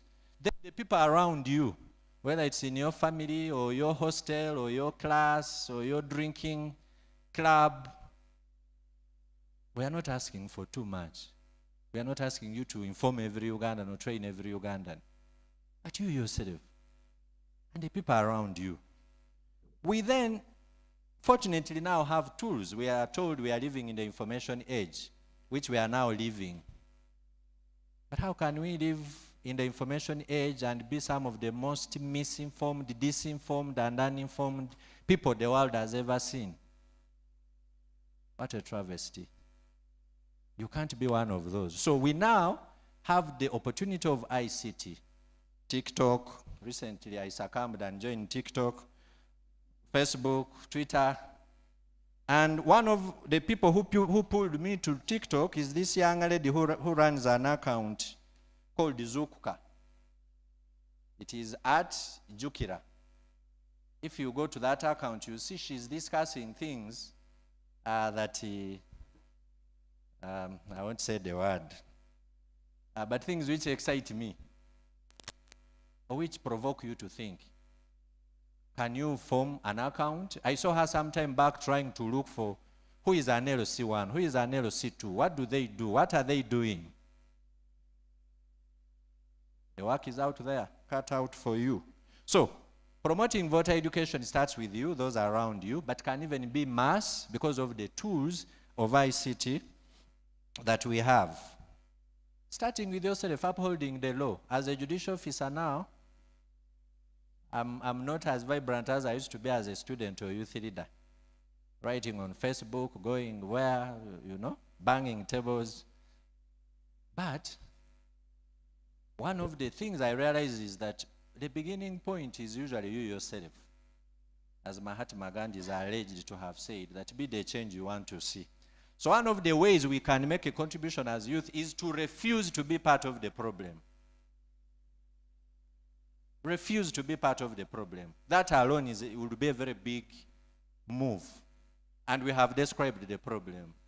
So are you one of those engaged in violence, disinformation, misinformation, creating bots, ballot stuffing, refusing to be agents? In 2020, my contact was put on appointment letters for agents for a presidential candidate. I'm receiving calls up to today. I think I received over 10,000 calls, but guess what? Almost all of them were saying, "Nina chidiara form chamwe wano. Naye oba ino mutwalo oba ebiri zimpeereze nkibawe." I had a conversation with the late Dr. Kawanga Semogerere around that time. I was intrigued. I asked him, when you ran in the 1980 elections, was this the thing? He said, "My son, it was an honor to be an agent of a presidential candidate. 5,000, 10,000. So you can choose in the election to say, I'm not going to do much, but I'm at my polling station. I'm going to be an agent who will ensure that things are not tampered with. There are forms, the integrity is guarded, and they are communicated and transmitted. Finally, is to invite you to become activists, advocates, agents, and champions of free and fair elections. Because, remember where we started the philosophy. When you tell your members of parliament that don't touch it, and then they touch it. When you tell them, we want to debate this, and they refuse. And then you say, why have you refused? You're a very bad person. Sorry, blackmail does not work. Make the ballot count. If a member of parliament is aware that if I don't do what the voters want me to do, I will not come back, they will behave otherwise.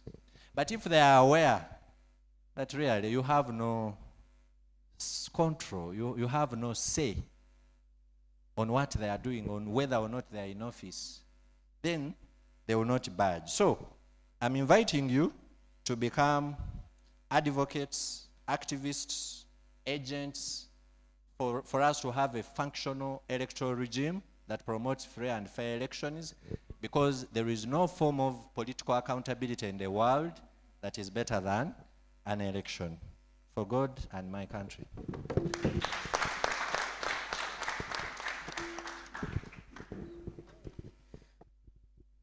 Thank you very much, Your Worship, Matanda, for quite an elaborate, comprehensive insight into how best we can safeguard democratic values and uphold electoral laws in our electoral systems. I hope you guys have been paying attention, because at some point in time, we would like to know what you've actually taken away from this conversation. We don't want you to just come and be passive observers, just listen. We would also like to gauge your understanding and the key takeaways from this conversation. Are we clear on that? Okay. So without further ado, and in the interest of time, let's move to the next item on our program, which is our panel discussion. Philip, I don't know if you could do the honors and invite our panelists who will be discussing the role of the youth in promoting peaceful and democratic elections. Already, His Worship here has set the tone for that discussion. There's so much that he's already talked about in that aspect, but we would like to hear from your perspectives as young people. What do you think are your roles in this, in promoting peaceful and democratic elections? Philip? Thank you so much, Judith. We're already chasing on time, and I'll quickly invite the following people to join us here. And I want to inform you that we have an individual, at least one person from every university, and your views should really be represented through that individual. Starting with the International University in East Africa, Otieno George Victor. Please join us real quickly. Otieno George Victor. Then from Kampala University, Bagumisiriza Angelo. Do we have these people around? Bagumisiriza Angelo, Kampala International University, Aine Plan Major. Thank you. Uganda Pentecostal University, Barnabas Calvin Akute. Thank you. In Islamic University in Uganda, Sabila Sarah. Sarah, join us.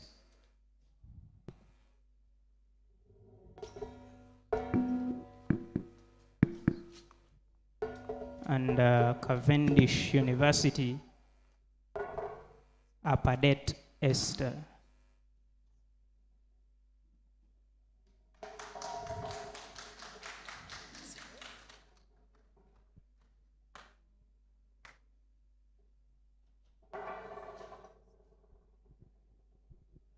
think we're waiting for Apadet to join us.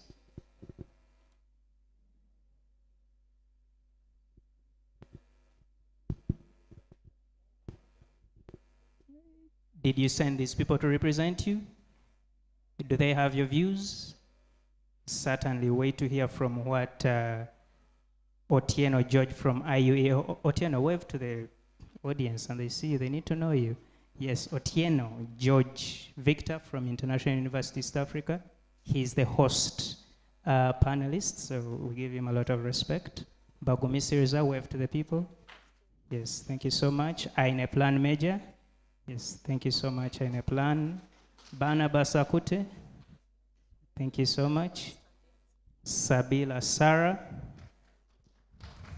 Sabila has a lot of support. The other universities, what's up? Hey, hey. And Esther Apadet. Yes.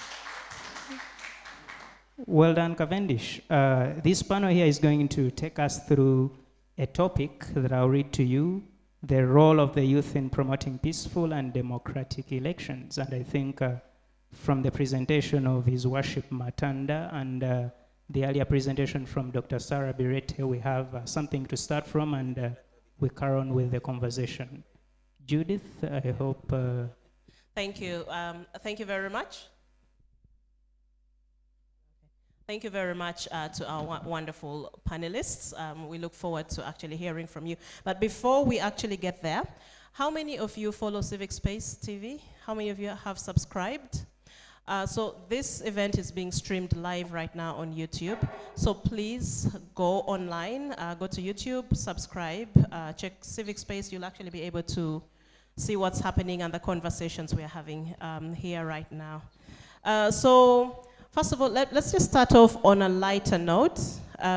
Just briefly, your understanding of what a peaceful and democratic process should be or look like. Just let's start from there and then we build the conversation further. If we could start from... Of course, I know you're young people, so we want to get the perspectives of young people. From where you sit as a young person, what do you think this should look like? All right.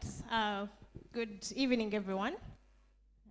I hope we are all well. My name is Sabila Sarah, a fourth-year law student at Islamic University in Uganda. I'm really excited to be on the panel today.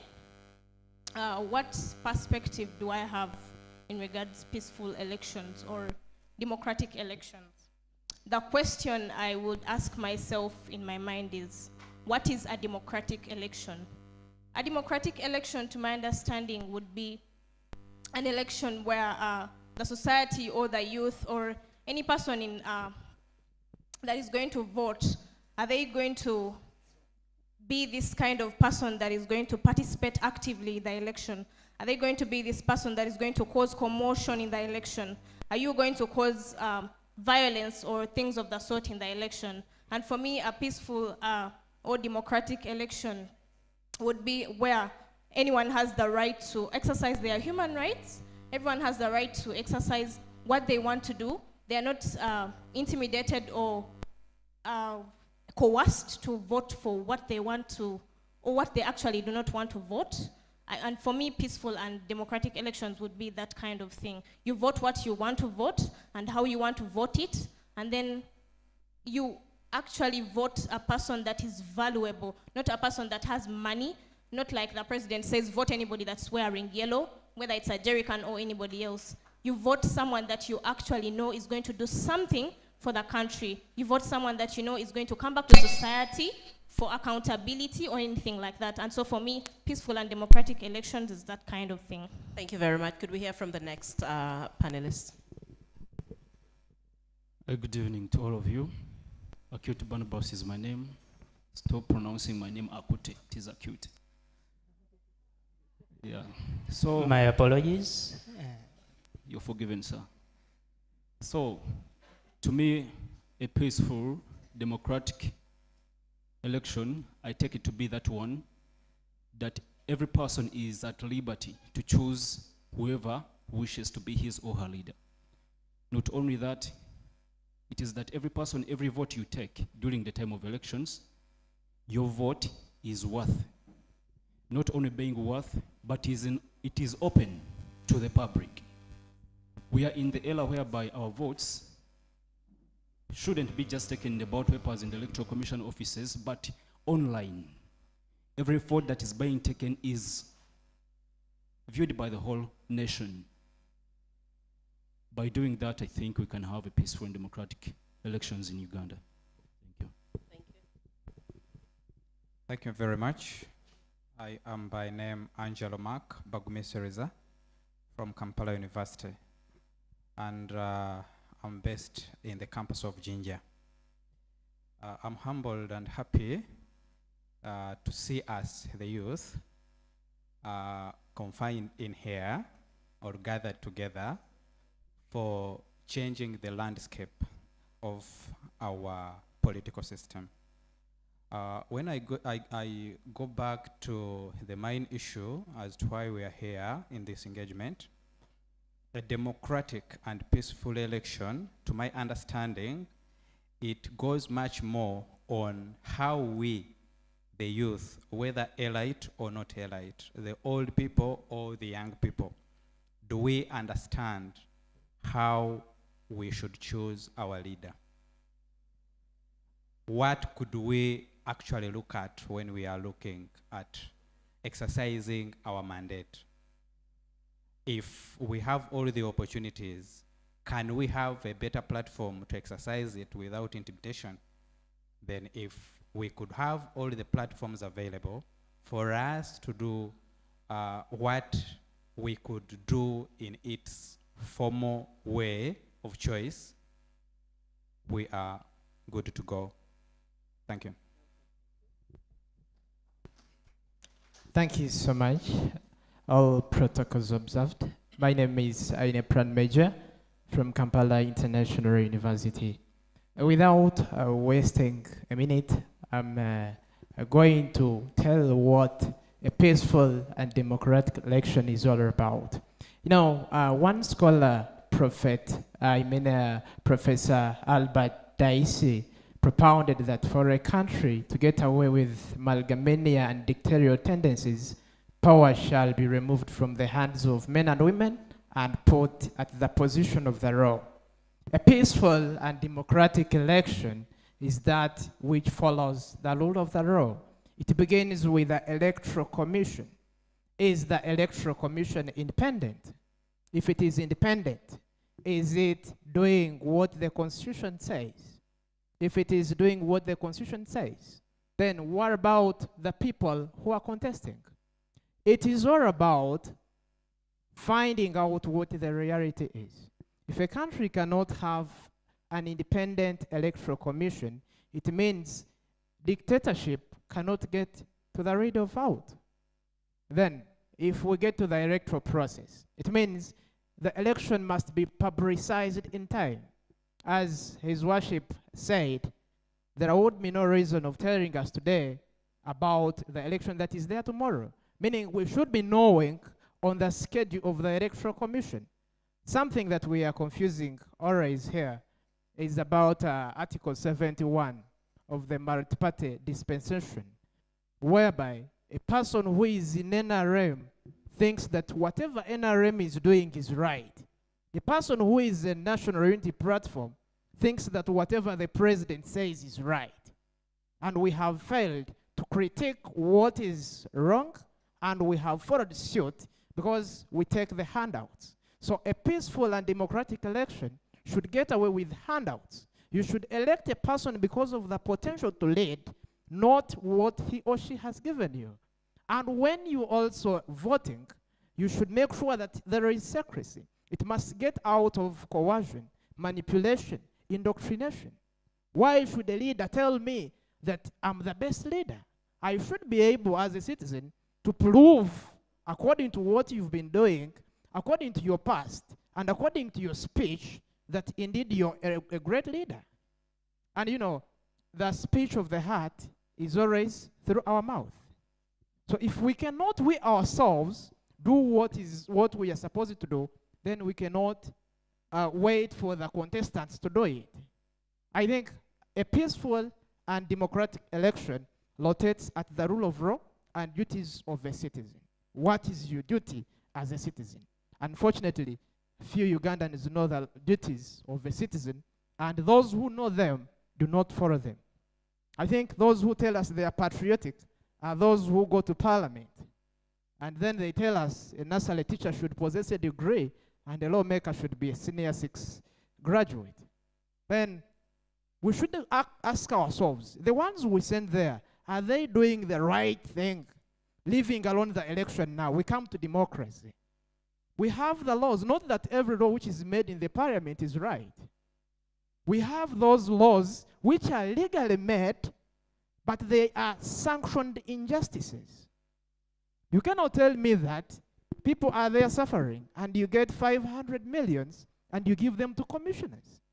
However much it should be legal, it is legal. It is a sanctioned injustice.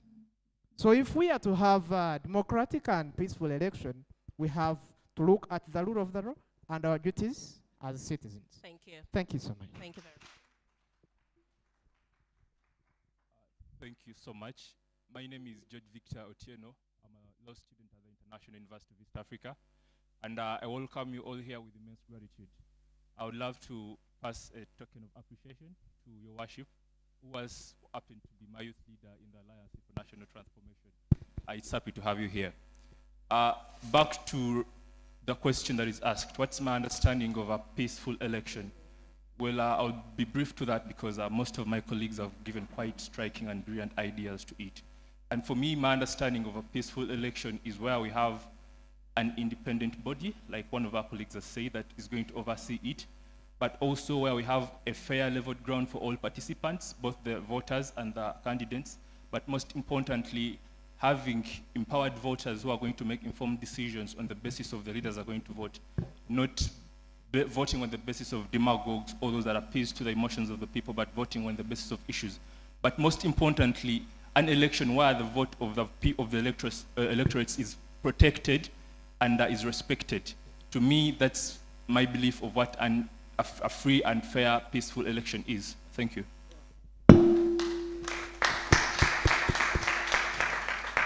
Good evening.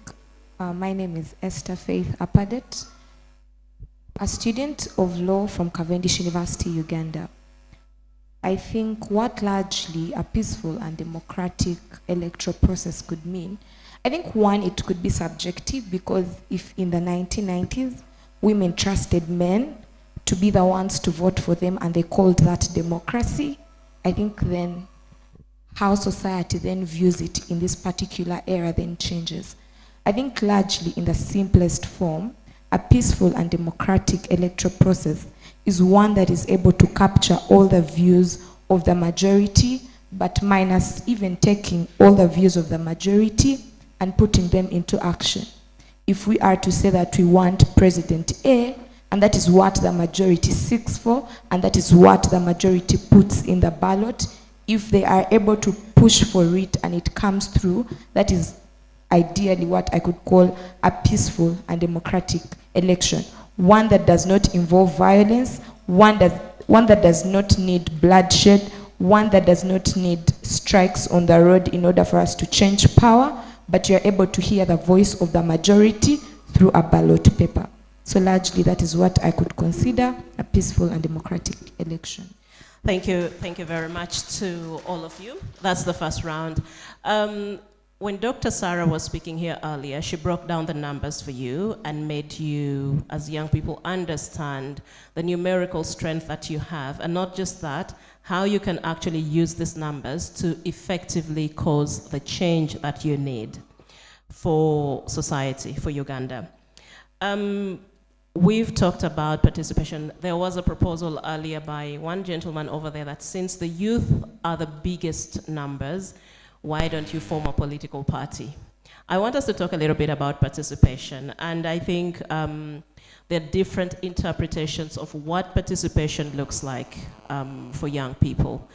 His worship already alluded to some ways in which you can actually participate as a young person to actually advance or promote democratic and electoral processes. But what is your view from where you sit? What other ways would you like to contribute or participate, and would you encourage other young people to also participate? Can we start with you and then we move the mic this side? Okay. I think one, I would largely appreciate that the system is way too corrupt that even if the youths are able to come up and cause change, the system ideally infringes that. But still, we've given the numbers of participation, if I could borrow a leaf from our country, Kenya, when the youths were disgruntled and all went to the streets in order to cause a change, and that was effective. That is ground enough to borrow for us in our country. But already, as I mentioned, our system is already reached that even when we tried to do the same, the backlash on our end was way too much. But to the prospective view in regards to an electoral process, I think if the youths are able then to come up, I don't think there is even an incentive for us to create a political party. By the time the political parties that are present are already being dissolved, what guarantee then do we have that the one that will cause will be able to stand and cause change? But even still, I think numbers in and in themselves can be able to push for change. If we were able to run hashtags of end corruption, hashtags of potholes on the street, and that enough was able to shake people in their political positions, I think if we are able to come up and youth, back up the right leaders. I don't think that all the people that are contesting, that plan to contest or are contesting, are all bad leaders. It is just 1, 2, 3 leaders that then frame the whole scenario of all the leaders that are present are bad. That then ideally means that as youths we need to be critical. Which type of leaders do we want? And if we endorse particular leaders, what form of participation are we giving to them? It could be through creating awareness on our social media platforms, go and engage in the campaigns, go and vote for them. So I think largely it then comes back to which leaders are we then voting for and which leaders are we pushing for that are then going to cause change in the whole system. Thank you. Thank you. All right, thank you so much. In response to the question you put to us this afternoon in how young people can participate in the democratic process of our nation, I think most importantly, as young people, before we do anything to see that we ensure our active participation in the election process of our country, we need to shed the apathy, the indifference, and the fear that has held us captive for so long. Because I am one of the people that actually participated in the march to parliament, and I was at the forefront of it. And I can certainly tell you that beyond the line of fear, there is the freedom to understand your rights and obligations as a citizen of this country. I think when His Worship was giving us his submission, he told us that the greatest office any Ugandan can ever hold in this nation is being the citizen of this country. And for as long as we understand the role that we have as citizens of this country, we shall better appreciate what we have to do in ensuring that we elect better leaders. I want to juxtapose and maybe bring a scenario. I was actively engaged in the previous election, and it was my first time voting, as young as I was. And I remember being a member of the National Youth Council. Your Worship, you forgive me for using you as an example, but he went through a number of challenges, and I think if we were better placed as young people to stand up and speak truth to power, we would actually protect our rights. Because look here, Dr. Sarah gives us a clear understanding of the state of our nation. The biggest percentage of our population are young people. When that is so, the problems of the young people then become the problems of the nation. And then how best do we solve the problems of the nation? Do we solve them by having leaders that do not entirely understand the problems of we the young people? Or do we ensure that actually we hold strong to this power, that actually when we are voting leaders into power, we can hold them accountable for their actions? In the recent events of our country, we've been seeing the rampant corruption. And this impunity has been brought about our silence, because the more these leaders keep on stealing the money and we keep quiet, we keep looking at them, they embolden themselves simply because they know whenever we do this, people will not say anything. At the end of the day, the role is mine and yours to say enough is enough and talk to these leaders and tell them corruption is not allowed. Oh, this is what we want. But for as long as we keep quiet and keep saying, simply because there's going to be violence, I will not participate in that. Simply because I'm going to lose my life, I will not participate in that. Perhaps you may not lose your life when you're going to vote. Maybe you may lose your life when you go to the hospital and there is no medicine and no doctor to treat you. So I want us to rethink as a young people, as a young population, what do we need as a nation?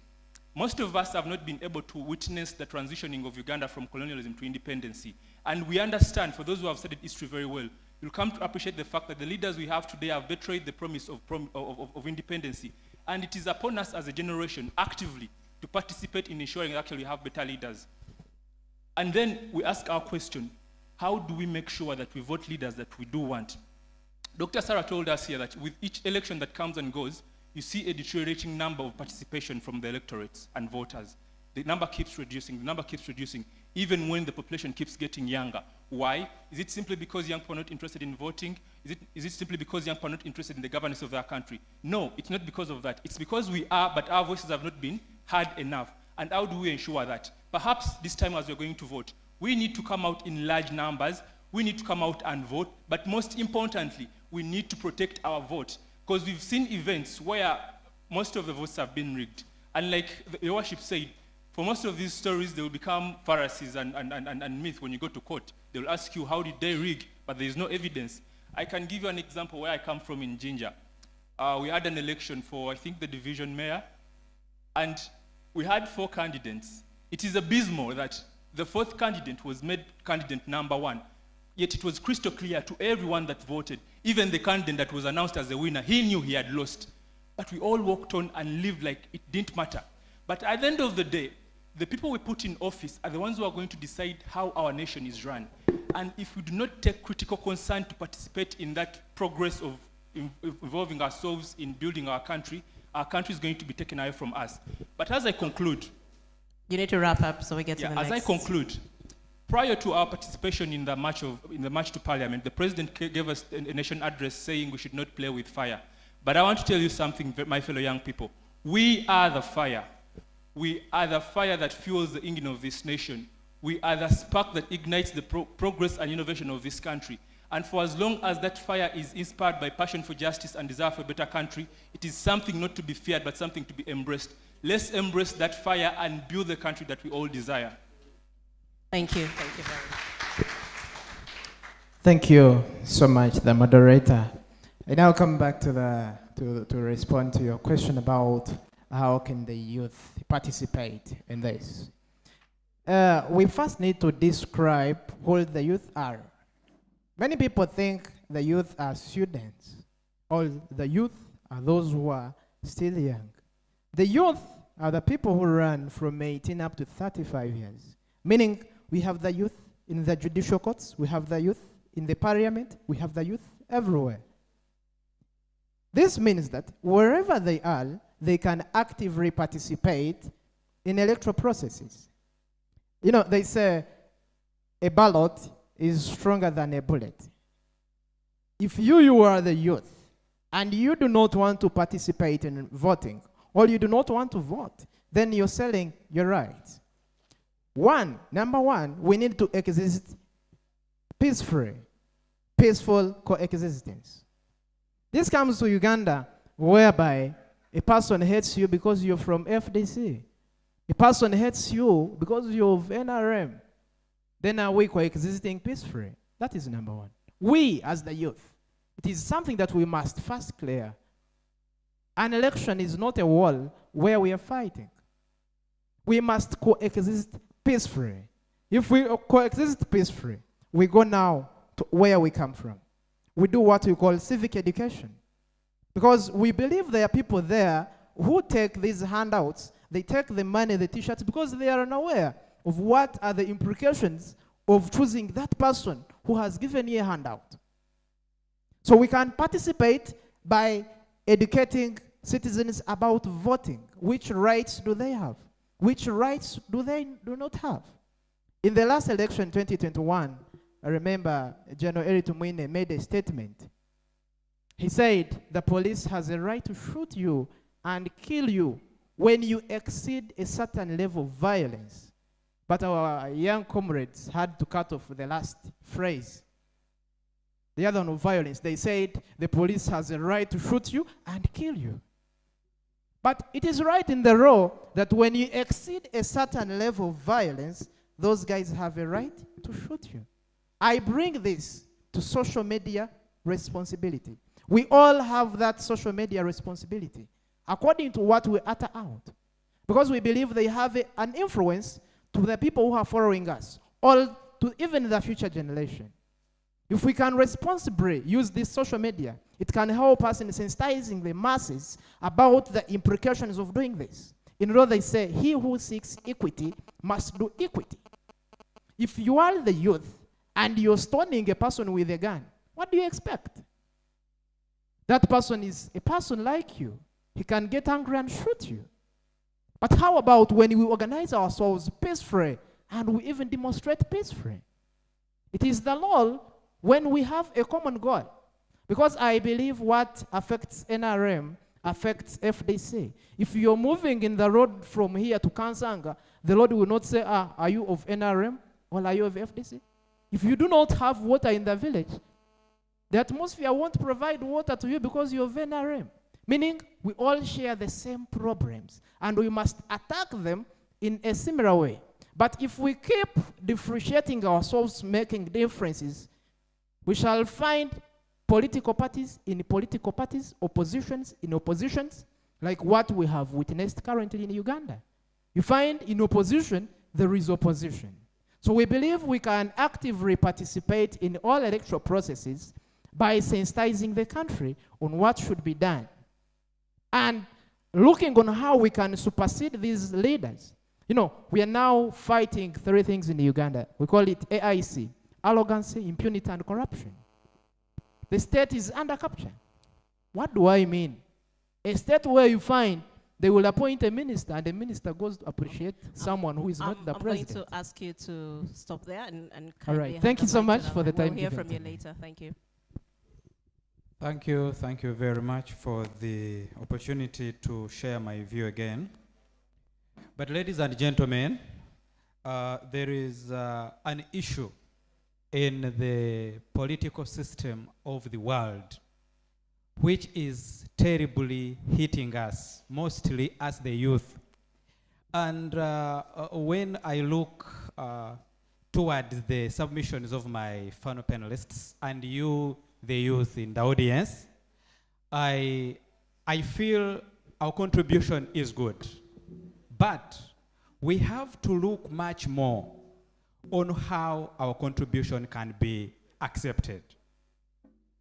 The world political system has become monetary. Yes, we are here. But what made us come and be here? If the arrangement was not made by the organizers, the ones who are funding it, would I travel from Jinja up to here? The answer is no. Yes, youth can act. How can we get an opportunity to be funded that we can be listened to?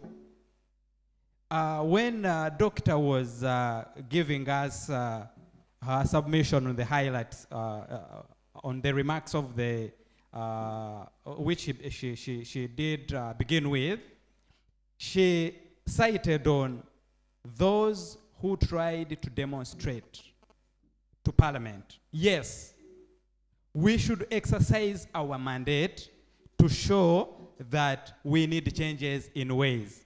But honestly, when we now go on a personal basis, if you were intercepted and arrested, who is coming to rescue you? Because we should not only look on what we shall deliver without the repercussions behind them. To me, we youth, we have a lot that we can do, but who are behind us? Me personally, I do not have backup. If I say it, I have no backup. Let's say if I did what others do not accept, and let's say I was intercepted either by law, who would come in for me? I do not have one. Yes, I would wish to do anything possible, but in case of a backfire, what am I going to look up to? And who is going to look up to me with the responsibility I have? Yes, I advocate for peaceful demonstration, and I have tried to exercise them. But to me, and my understanding, I would wish that we look on how we can combat misinformation.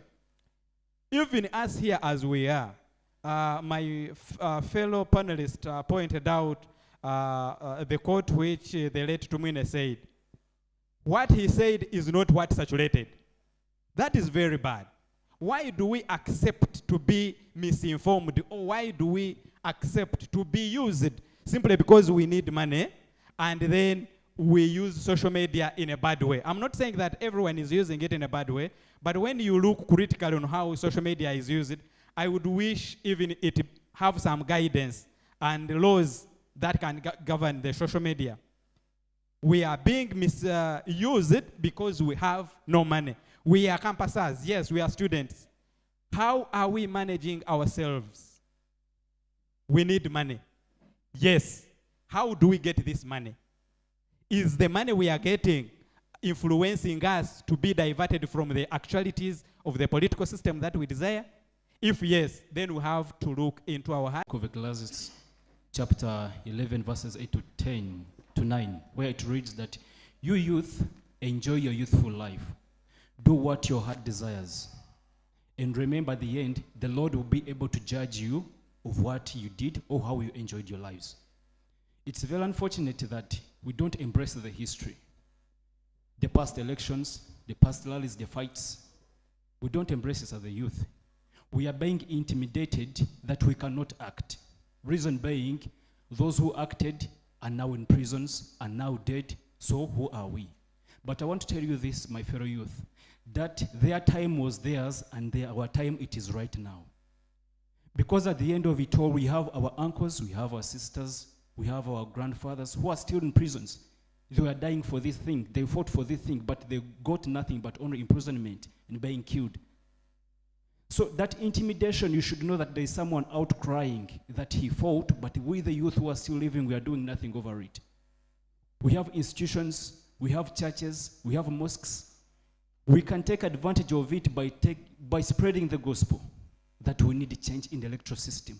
We need the electoral system to be independent, regardless of what. If you say that you want to be killed because you're trying to protest or to say something that is right, just know somewhere, somehow, God forbid, you'll be killed by an accident and it won't be worth. At least I would rather die fighting for my country than being killed out of nothing. I would humbly pray that to the youth we stand out, regardless of what, and remember, basing on this Bible verse, that let us enjoy youthful. Our desires, it is we need to change. We need to stand out. Nelson Madiba once said that our time has come that we leave the offices and we let the youth take over the offices. We the youth, are we ready for the offices? Are we ready to take out a chance or a step in getting these offices, or we are just seated being intimidated by mere words? Be blessed. Thank you. Thank you so much. I want to start by saying that a lot has been done for us to have a peaceful and democratic election in Uganda. The social media has been used. I want to say that civic education has been done. A lot of organizations, UONET, COACT, have come out to do something about the peaceful and democratic elections. But what exactly do the youth want? Do you want to have a country that is in good governance as you stay in your bed? Because like Ms. Birete was presenting here, one of our colleagues stood up and said, we do not want to go out because we might lose our lives. Do you want a society where we have corrupt officials and then you just sit in your bed and then, oh my God, we are comfortable? No, we actually have to do something. And then this brings me to the topic that what exactly should the youth do to make sure that we have peaceful and democratic elections? One, I think, would be first and foremost the need and love for that peace itself. Do we actually want the peace? And then my answer would say no, we do not want the peace, because that peace is something that will lag us behind. We've seen many things that we've done in regards violence. Of course, we are not advocating for violence, but then this peace, how is it helping us? How is the peace helping us to earn with what we want, to deserve the human rights that we want, you understand? And so for me, I think that, yes, we want the love, we want the peace, we want the democratic elections, but we're not going to have it on a silver plate. We're not going to have it as we remain in our beds. We've seen countries like Singapore, the United States, like I'll mention a candidate, Goa, that tried several times to become the president of America, but then he failed. But then did he stay in his bed or kept on pushing and pushing to become the president of the United States of America?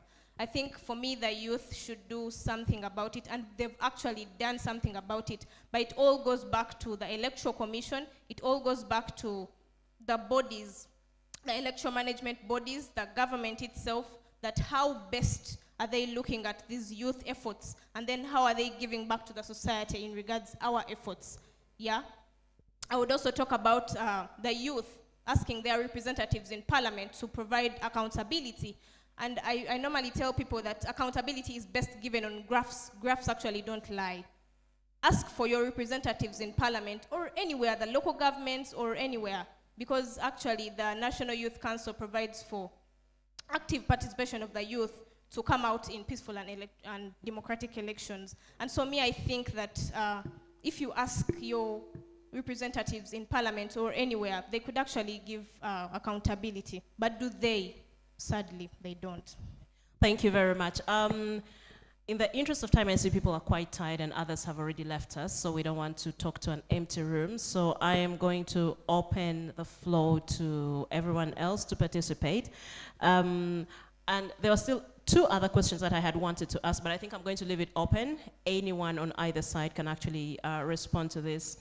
The commercialization of politics, like he talked about, and how this affects youth participation, especially for those who are seeking elective positions. And then the other issue, of course, is the impact of technological advances like generative AI. Now, that's the word everyone is talking about, the whole world.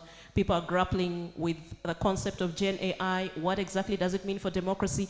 I would also like to hear your perspectives as young people. What opportunities or threats do you envisage from Gen AI, and how can this affect democracy? So I'll open the floor now, and Philip is over there. Philip, I don't know if you could start with the gentleman the other side at the extreme end, and then we move closer to you guys, all right? Thank you. Thank you so much, and I think in the interest of time, we shall have, you give us your name, your university, and you make your submission in 2 minutes. Thank you. Thank you very much, the moderator. My name is Paul Kamtono. I'm a student at Cavendish University. I will tackle the last question concerning technology. By the way, I'm a right to privacy activist. I advocate for right to privacy in upholding electoral integrity. One, according to the Electoral Global Report on Elections, the research of 2024 has indicated that today, elections are driven by data. Elections are data-driven. And we as the youth, when you talk of data, 80% of our phones today, we have data. And being the most population who are the voters, when you are discussing electoral process, as my colleagues have defined free and fair elections, it's the effect that people are given a free and a level ground to exercise their rights. According to the African Institute of Investigative Journalists, this which is headed by Solomon Serwanja, a report came out that in 2016, there was what we call voter digital manipulation. Now, in 2016, on Twitter handle, there was a wave on Twitter going on, secure your future, by the NRM. Then the new people were saying, removing dictator. Now, elections are headed by Electoral Commission. And the Electoral Commission Act gives the Electoral Commission to adopt biometric technology, to adopt technology. And in instance case, Uganda has witnessed use of biometric technology, and we have collected this data. However, we don't know who are having, in this modern era of technology, we don't know who is having access to this data. Now, given the data that was collected by Ministry of, by the Electoral Commission, when someone is having a biometric data, they can use that data to profile you in the process that they can use that biometric data to profile you and send you persuasive messages. For example, during time for election, we would get messages, people asking for votes to vote for us. Now, in the process of profiling someone, I am able to influence your behavior, but according to, if I'm to exercise my free and fair election, this is the technical part of, as the youth, do we know our data rights? During time for elections, we must be careful. There are so many fake Twitter handles which are running, and they are carrying persuasive information which is against our rule. Lastly, this is an issue of national importance. And I want to relate it practically. With your indulgence, Mr. Timekeeper, sir. We need you to wind up so that we move to the side, please. In 1 minute, I want to relate the issue of election with football. Now, in football, there is a referee, there is 2 race men, there is the fourth man, and there is VAR. Now, we have different political actors in the process of election. My humble appeal goes back to the judiciary. As the youth, we can do everything, educate people, doing what? But the one who is having a final whistle is the court to determine whether it was fair or not. So as much as we are trying to advocate for these rights, as the youth, we need to demand for accountability on the judicial body, because they are the final determinant of our fate. And maybe if we draw our effort to associate ourselves with the judiciary, because they are the one who can give us the cake we are advocating for. Thank you very much. Okay. Philip, let's come to this gentleman, then this. Matters of national importance from Cavendish University. This one. Thank you very much. My name is Tembo Geoffrey, a student from Kampala International University and from the College of Education. I'm a teacher by making. My submissions are: 1, as youth, I have a request that we need not to sit on our hands. I want to give a leaf, or to borrow a leaf from a book written by Yusuf Serunkuma. It is a literature book. If you get it, you better read it. There are sayings that we need to put into practice. He says that when elders sit, they never fail to see even through the inside of a fly's stomach. So when we look at the saying that goes that we are the leaders of the future, and the future begins with us today, I want us, the youth, to understand that it is us versus us that can create the change we need. The people that have always called politics to be a dirty game, I disagree with them. Personally, I call it a mind game. So if we can rise up and challenge whatever is disorganizing our minds, I'm very sure we can achieve the change we need and the services that we desire. My comrade just talked about football.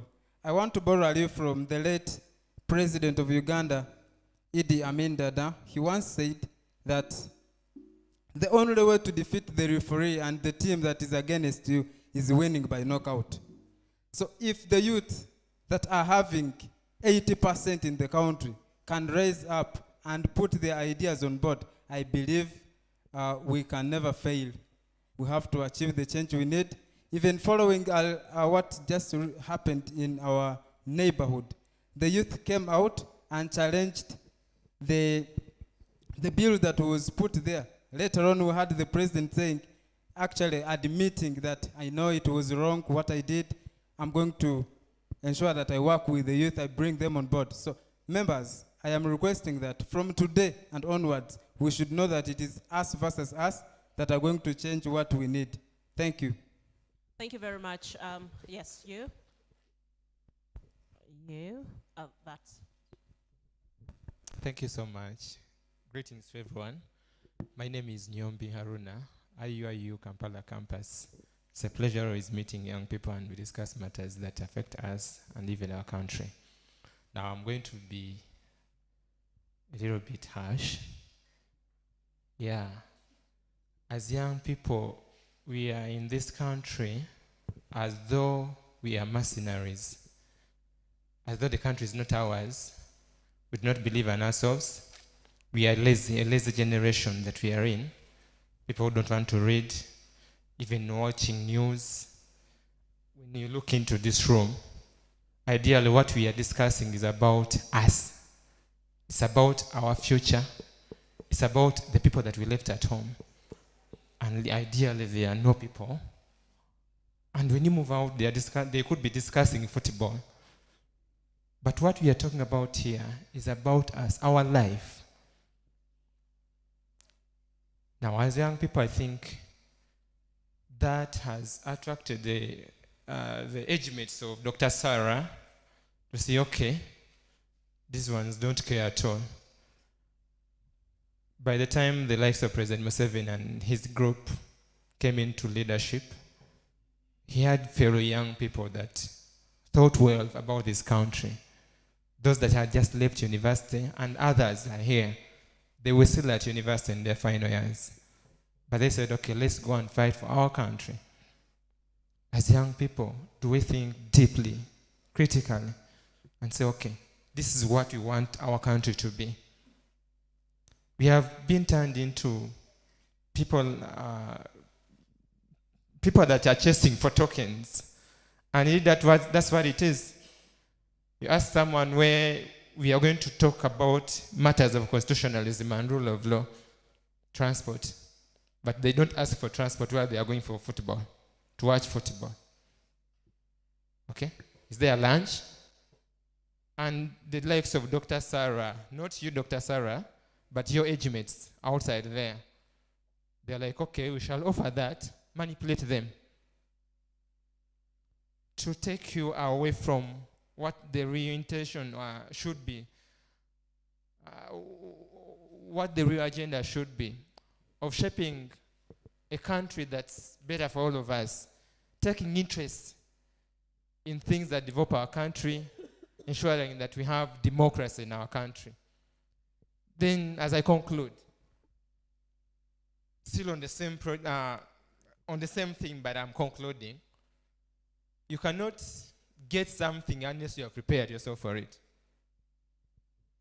The likes of President Museveni started from their tender years, joined the Scripture Union, getting involved in many aspects. Now, as young people who want free and fair elections, who think maybe we can offer good leadership to this country, at whatever levels that we are we offering ourselves to serve? Because that's where you're going to get the mentorship from. But we are in our bedrooms, we are in our hostels, we are just there and you're looking as if we are spectators. So you must get involved as young people in everything. That will help us even to influence decisions. Then at least this person is knowledgeable. Philip is standing up. He's telling Indeed. it's time up. Thank you very much for your submission. Thank you so much. May God bless you all. Can we first handle the people in front and then we move backwards, all right? So let's get this. Thank you, moderator. Good evening to you all. Gilbert Emma is my name and a student at Kampala International University. A law student, of course. And I want to talk about majorly two problems which we are facing in country Uganda. And the first one is of token. Many of us, the youth, we are actually aiming at token. Like once you're going to call someone, he'll first ask you, what am I going to gain from there? Financial. And of which I think many of us, it is the first question you ask. After me going there, what am I going to to gain? So that means now when someone else comes and tries to convince you with that type of appreciation, you are off track. That means you are not going to vote someone that you actually want or with the intention, but you're actually following that very that very appreciation. And another one, I actually wanted to assure our ED, Dr. Sarah, that many of the students who have tried to assess the schools are the ones who go back in the villages to convince those rural youth to actually also try to get the token, or like to be convinced not to vote intentionally or to see the intention of the candidate, but to just get the token from those people as who are actually trying to be educated. So they try to go there, they convince them, they tell them, do this and this, get this 20,000, you just do what? You just vote. So I think when you try to be appreciating and knowing that the token is not going to help us, I think we shall actually do that better. Thank you. Thank you. Let's hear from your colleague. Just hand the microphone. Good evening, ladies and gentlemen. I'm very grateful to be here. My name is Joel Msiba. I am a student of Kampala International University, offering law. I want to assert that the topic we are looking at is a crucial one. However, the problem we're having in this country is the constitution itself. Why? You cannot tell me that the president who is leading a country is the one to determine who the electoral person will be, who will lead the electoral process. Secondly, His Worship and all students of law here know about this, that we have two types of rights in the constitution. We have delegable rights and the non-delegable rights. But it is absurd to find that the right to vote is not among the non-delegable rights. Meaning that if the government and its forces has a right to stop people who want to assemble for a peaceful demonstration, then there is a problem. It is the government itself which, if I'm to state, which put up this constitution. Because if you are to search for the history of the constitution, it was the president himself who is existing with the cabinet who made the late Odoki. I don't know whether that guy is still existing, Benjamin Odoki, to constitute, to move around the country and search for people to find their views on how a constitution would look like. Now, if we are saying that a person is having a right to vote and then the forces are stopping him, because it has been established very well here that election has a process, that someone has to search for the votes, someone has to go to the grounds there and look for people who are going to support him. But what if the government is stopping this person from looking around and going to his people to speak to him? Don't you think this is a problem? Thank you. Thank you very much. Could you just hand the mic to your colleague and then we move to this side? Thank you so much. Stephen Amutiri is my name, and I'm a law student at Kampala International University. I'm here to talk about only one thing. We, the youth, we are facing the problem of fear and intimidation from the leaders who are in government. You find a youth is there seated, and let's first look at the previous march to parliament which happened. One leader actually made a statement on an address that those people in courts are there and think that they can create violence in a country that is led by the original National Resistance Army. And you find that the youth there, when he heard that statement, I said, no, when I join the streets, I'm going to be shot. I'm going to do. But the people who actually went there, yeah, you will be imprisoned. If it is your time to die, you will die. If it is your time to go to prison, you will go to prison. And Article 59 of the 1995 Constitution, as amended, stipulates for the right to vote, that every person who is at the age of 18 has a right to vote. And education, we the youth who have actually accessed this knowledge in school, we can sensitize these people who are in villages, these youth who have not actually accessed this, and we organize them to rise and demonstrate. Let us not have fear. One great leader in the names of Napoleon Bonaparte in 1815 at the Battle of Waterloo happened to mention that I ought to have died at the Battle of Waterloo, but I was lucky. Bullets were shot beside me, in front of me, back by me, but I did not die. You get? So we should not be intimidated that we are going to be shot when we march to parliament, we are going to be arrested. If we are arrested, let us be arrested and the country shall be saved. Thank you so much. Thank you, thank you. So let's hear from the people on this side, then we move back. I hope they are not from the original.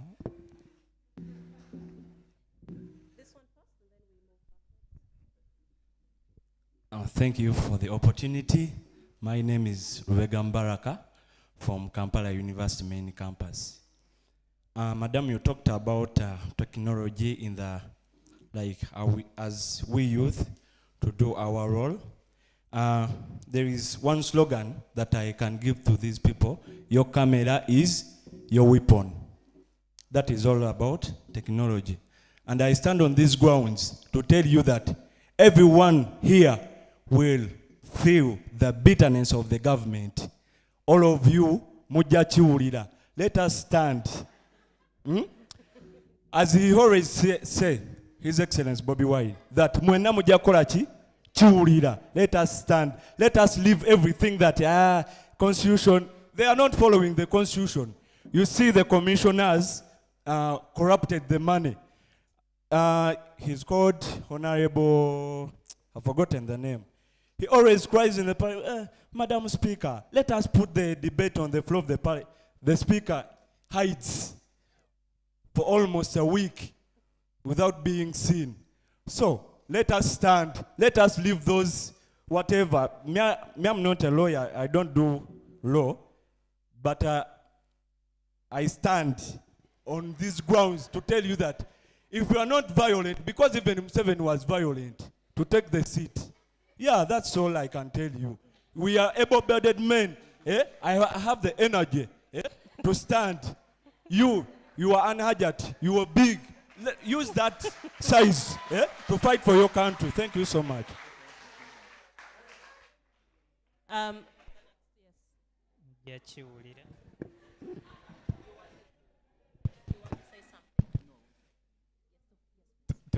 you very much. Thank you very much for the opportunity. I would love to pause it on a few deliberations that I have noticed in this vibrant discussion. I thank so much the organizers of this event. It enlightens us. Now, I really appreciate what Council, the Council and the Honor has said regarding the participation of youths in ensuring that we have a very vibrant participation. So now I have this remark here, like the biggest regret. Sometimes I ask myself, what is the biggest regret? And equally, I will also ask you, what is the biggest regret? And in most cases, it is the regret that you get on your sick bed or on your deathbed. So sometimes you look back, you flash back during that moment, and then realize that you have not done ABCD. And then it becomes the biggest regret ever. And on this matter of the youth participation, if we sleep by the way, then we are forming the biggest regrets of our lives ever. You can see that. And one thing we realize is that when we allow these people to cocoon, they cocoon, and the cocoon they have is impenetrable. At the end of the day, you realize after time has passed, it becomes impenetrable, whereby you cannot now push your ideas to a greater extent. So in that way, I'm saying that it takes a generation to change a generation. So it's a generation of youths that we have today, and all of us are youths. It is upon us, it is incumbent upon us to make sure that we don't succumb to the mistakes of our forefathers or to the promises that are unfulfilled that continues to put us into a trajectory which is not wanted. So what I can see, like we have what they call democratic elections and things like that, but we don't have it. It is just been preached. So a free and fair elections can only be done when democratic values are upheld. We are talking about justice, we are talking about equality, we are talking about liberty. And these are values that are peculiar to democratic values. So without them, I don't think there's no concept of talking about. Thank you. So I would love to conclude by saying that. Time. In the interest of time, just 30 seconds, then we move to the next. Okay. The constitution, I have a suggestion about the Ugandan constitution. Why can't we have a constitution that is translated into the local languages? We have youths, people in the rural areas who don't know. These things are written in law, in legal terms, some in dogmas and maxims. So it is hard for someone to understand down there in the village. Thank and you. when you talk about civic engagement, it is very hard to realize that because the constitution itself Thank is you. in Thank you English, very so. much. Philip, there's a lady over there, and I've not heard from a lady, so let's They give have her the started mic. feeling it. Oba tebannakiwulira. Good evening, everyone. Thank you, Madam Moderator. My name is Nankunda Patricia from Uganda Pentecostal University. As today's topic is about youth promoting a fair and a free electoral process, I think we the youth in Uganda, we are the catalyst. How are we the catalyst? We are the most of the population in this country. So when we talk about changing, having a free and fair election, we not only look at before the elections, but what have we done after the elections? Have we held accountable of the leaders we've elected? Have we gone there? Have we followed them to see what they are doing? Are they representing our people very well? Because some of the leaders, they go in the villages during the time of elections, convince the villagers, and you find a villager, you tell, no, I'm from this party, and this one is from this, and the villager tells you, even if you're from this party, I know the other party has already what? Won. We have such kind of villagers. But anyway, have we engaged our leaders to go back and hold discussions, engage in discussions with those people they are representing? Or they are here, they go in parliament, by the way. They are here, stay, enjoy the luxury, but let the Ugandans deep down suffer. Another thing, some of the youth, some, not most of them, they're like the wind. You know, when the wind comes going to the east, they also go. When it comes from the east going to the west, they're like this zigzag manner. So, have we got those youth and given them education? It's unfortunate that most of the youth who are doing like that are our friends. And it's a pity, like such friends, you have not engaged them. You have not enlightened them about their rights, their right to vote. But as a friend, what are you doing? If your friends are ignorant and you have the knowledge, then that you should be that candle that lights another candle. Yes. Thank you, Madam Thank you. Moderator, Thank for your you. supplement. Another thing, it's engaging in NGO forming groups.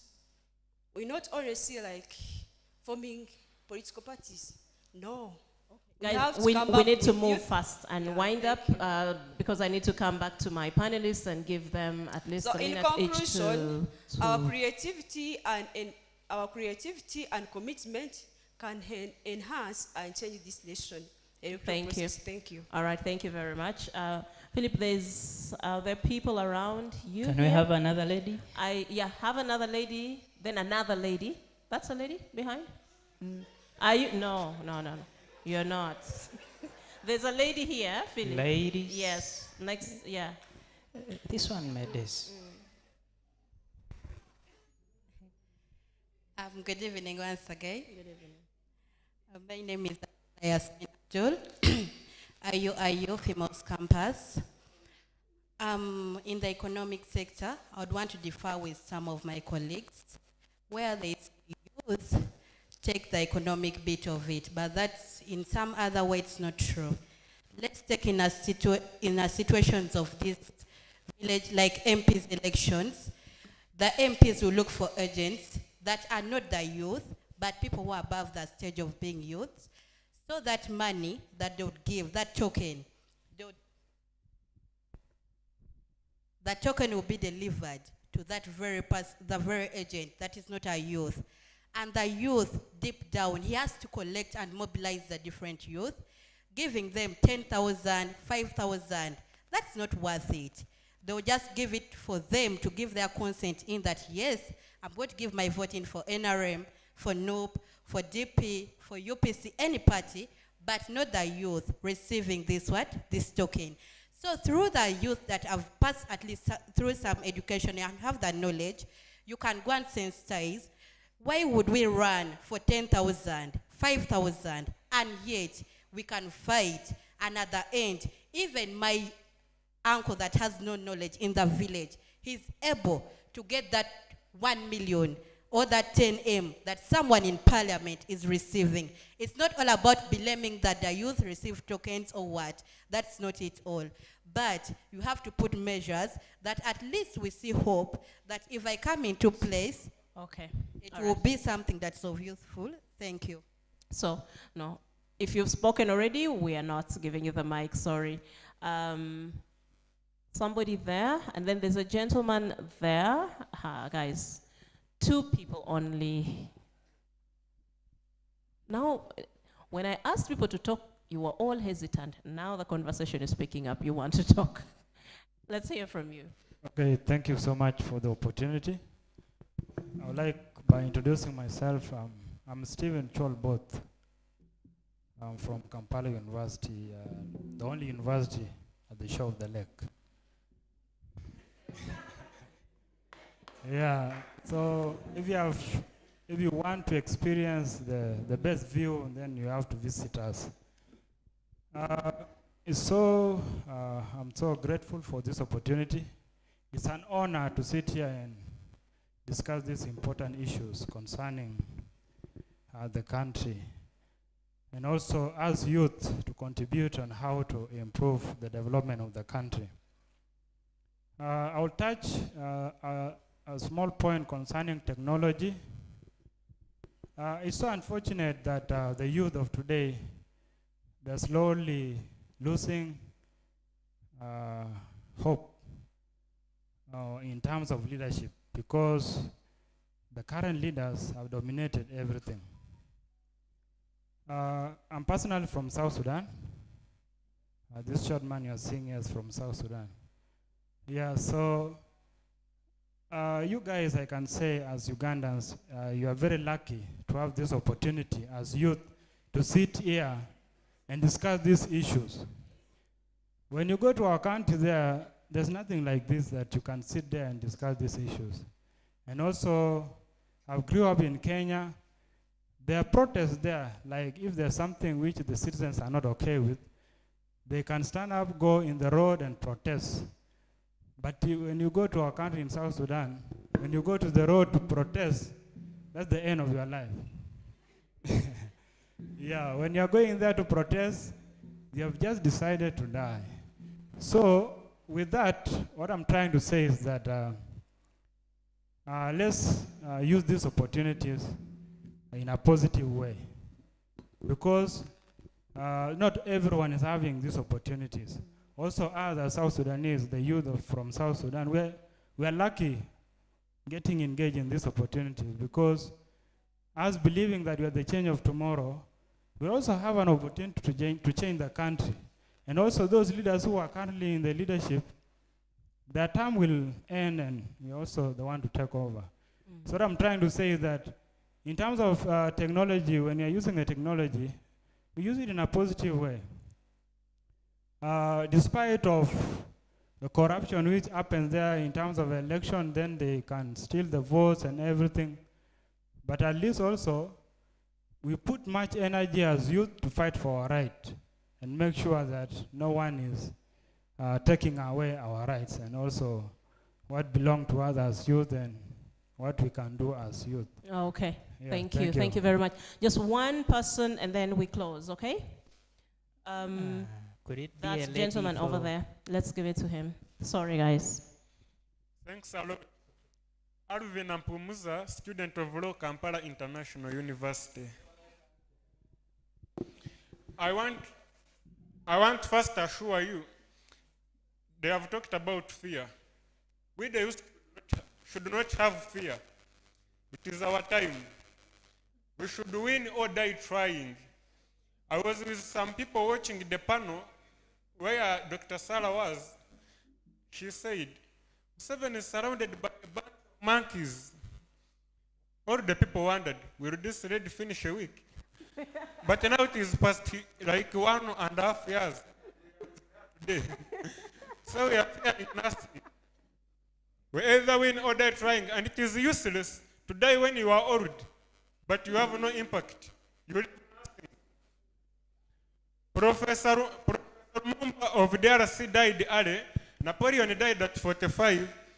Martin Luther died at 38. Those people were there, knew them. We who are here today, we are studying about them. Those people, our children in the future, will study about them. But my grandmother, who died at 105 years, was forgotten one day after her burial.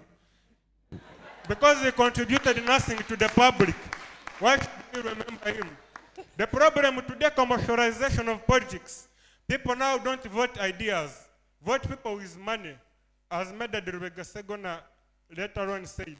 People just vote now money, not ideas. I was teaching in my senior 4 VAC at a primary school. The little girl of P1 came with a bag full of sweets. I asked her, what are these for? She told me today we are voting in the class monitor. And I'm contesting to be the class monitor. So I want to give the sweets to my voters. Vote for me. We are growing up, being grown up. So you know, money. So Dr. Sarah and your team, you have a lot of work to do. Thank you very, very much. Let me now take this opportunity to invite my panelists once again to just give us a minute each or two to conclude. All right, good evening once again. I'm really glad that we are all here today and we've picked a lot from the discussion and we are going to do something about it, not only leave what we've learned in the room, but also do something about it, not like how the law is just a piece of paper. I want to start by saying, as we conclude, that I'll give examples of how Uganda, for instance, the National Youth Parliament, or the new party, how it reached out to, how it wrote to ask for Kololo grounds to carry on celebrations that they wanted to carry on, and then it was a no in response. I also want to bring out the fact that the TikToker that came out and said out unbecoming words to the president, and then in that response he was arrested. I also want to talk about the case of Mwanga Chivumbi versus the Attorney General, where police was restricted from just supervising the rallies that come into place, not arresting or beating up people that, you know, come up with the rallies. And this should trigger our minds that, is Uganda actually a democratic country? And if it is not, what should we do in place? And what we've learned here is what we actually should do. And I want to say, ladies and gentlemen, we should actually do something about our country, not leave it to die in the grave today. Thank you. Joy Floyd in the United States was killed by a policeman because of racism. But till this day, we know this man. He died at a very young age, but this thing spread all over the world that even in football, millions and billions of people supported, but they could just bend the knee to respect it. His worship, Abeka talked about, like, you will die young, but let you be remembered. You will die young, but let you be remembered. The genocide people, they say that they did riots in Kenya, but if it wasn't for those riots they did and all the stuff they did, that bill couldn't be avoided. But because of the step they took, it helped them achieve that. It's time we stand up. Thank you. Thank you very much for my last opportunity of giving my remarks. First and foremost, I would like to thank everyone for having come here. What we are already doing here is what we, the youth, are supposed to continually do so that we can change the political environment of our country. I also applaud Hope Initiative and Dr. Sarah and the time our council, Abubakar, has given to us. in guiding us, because we youth, most of us, we lack a guidance. And because we lack a guidance, that's why most of the youth advocate for improper ways of tackling issues, like demonstrations which are not really good, which can even take lives, as it has been doing. So, ladies and gentlemen, let us be so committed. In my ending word, I would wish to inform you that if I was not so committed today with reaching here, I wouldn't have come. I got an accident in Boyogere, but I could not hesitate to stop there. That is the actual commitment we, the youth, need to have in ourselves so that we can fight for the actual rights that we deserve. Thank you very much. I remain as Angelo Mark Bagumisiriza from Kampala University and a student leader in Jinja campus. I also aspired for guild president. Thank you. Thank you so much. A child is raised by the village, and therefore the struggle for freedom is not about me or him. It should be our collective responsibility. Quote this: nothing for us without us. What we believe in, we must fight for it. If we cannot fight for it, allow the next generation must suffer. Ladies and gentlemen, if you need to be great, start now. Do not wait to be great to start. Start right now. There is no tomorrow. Tomorrow is today.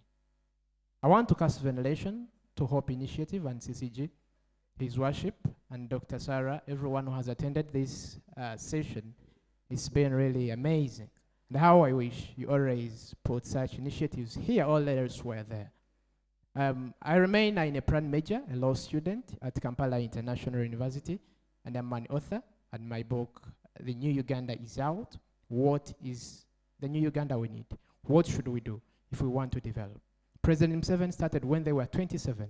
We are many, we are thousands, but we cannot still take a step. He joined the bush. Unfortunately, now all forests are cut. The only bush we have is the mindset. If we can change our mindset and we use our brains, we can transform this nation. The nation, no one is bigger than the nation. We are the nation, we are the citizens. My brother talked of the originals. If they are the so-called the originals, we are also the original Gen Zs. If we stand, we stand out. Ladies and gentlemen, I still cast veneration to whoever has come. At Kampala International University, I serve as the President Africa Quality Students Organization, where I still sit on the national deck of the association. I serve as the President, Debating Club. I serve as the coordinator of this very initiative, and I am the paralegal of Fatuba Sudan Company Advocates, which is a law firm that does its activities within the university. I'm so much grateful once again for God and my country. The challenges and threats against democracy are real, but so is the potential for a democratic future if it's fostered by we, the young people. Because I strongly believe we have the power to break the cycle of the vicious dictatorship that we have in this country, the bad governance, the corruption, and this can be done by us, we, the young people, and take it away from the grip of those that have tormented us for so long. However, in doing so, we should not partake in the criminalization of our rights, because I've come to understand something that we most young people here do not understand our rights and our freedoms. Protesting is not a crime. And let nobody tell you that you going out on the streets is a bad thing. It is our constitutional right given to us by Article 29, Clause 1, Paragraph E. And let me tell you something. If at any one point we are going to criticize anyone for exercising their rights because this process is violent, why do we look at the participant and not look at the person holding the gun, not look at the person pulling the trigger? Those are the people we should point fingers at. If we are saying enough is enough, if we are saying this should be done fairly and peacefully, let's point at those who are in position of power to influence this. However, as I conclude, I strongly believe and feel like it will be unfair and just for us to have this discussion about election processes without mentioning the failures that happened in the previous election. In 2020 November, we all witnessed the massacre that happened in Kampala. Lives were lost, people were injured, till date, no one has been accounted for that. And we're praying for another election. When shall we have a conscious conversation as a nation, as a generation, to say we cannot have this repetitive cycle of such violent things happening? And this is not incumbent on we the voters. This is not incumbent on the oppose the government. This is incumbent on the people who hold the guns. They have the power to decide whether we have a free and fair, non-violent election. It's not upon us, the people. And when should we say it's not wrong to be a political participant and you oppose the government? Because today it has become a crime to be in opposition. We've seen many young people being abducted and arrested simply because they are members of the National Unity Platform. When should that stop? We need to talk to these things. Not because you belong to NUP, not because you belong to another party, but because we are citizens of this country. Today it could be a member of NUP. Tomorrow it could be you. So if we want these vices to stop, let us stand with one voice, irrespective of what party we belong to, irrespective of what tribe we are from. Enough is enough, and it is our time to raise this nation as the young people for God and my country. Thank you. It is very pathetic for youths to be very good TikTokers, to be very good influencers, to be very good alarmists at talking at things they do not even understand, to be, please pardon me, to be very good authors. I think we've spoken enough. How long has the Center for Constitutional Governance been placed? How many people that have sat on the same panels come out to raise their voices? How many have only stopped at talking and have gone to do the action? How many even participated in the online protests but didn't go there physically?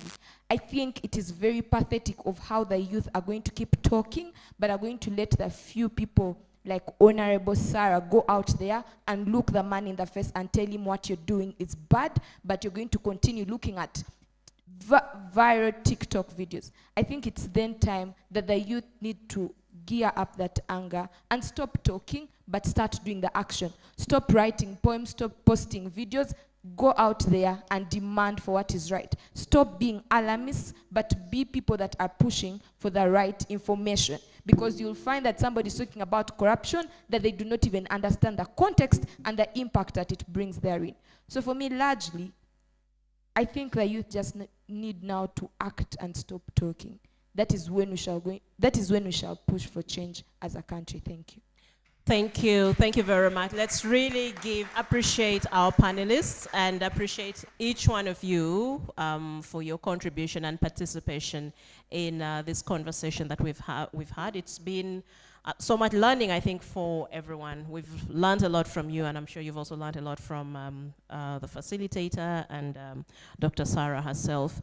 I hope you people have now subscribed to Civic Space. Have you? If you haven't, please go there and do so. We would actually like to have you engage more on those platforms. As we come to an end, allow me now to invite someone to come and close. And that task goes to none other than our hosts here at IUEA, the representative from the Guild, I think.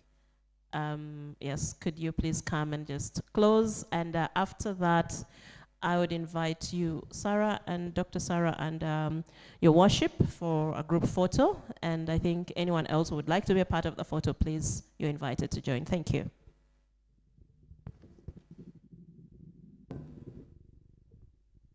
Good evening to all of us. My name is Moit Maludjon. I'm the Minister of Constitutional Affairs of the IUA Guild. First of all, before proceeding further, I would like all of us to clap for ourselves for attending this wonderful meeting. I would like to give my appreciation from the Guild office to the following universities. The first one is Cavendish University. Please clap for yourselves. Next one, International University of East Africa. Please clap for yourselves. The third one, Kampala International University. And the fourth one, IU. Without forgetting our sponsors and everyone who attended this wonderful conference.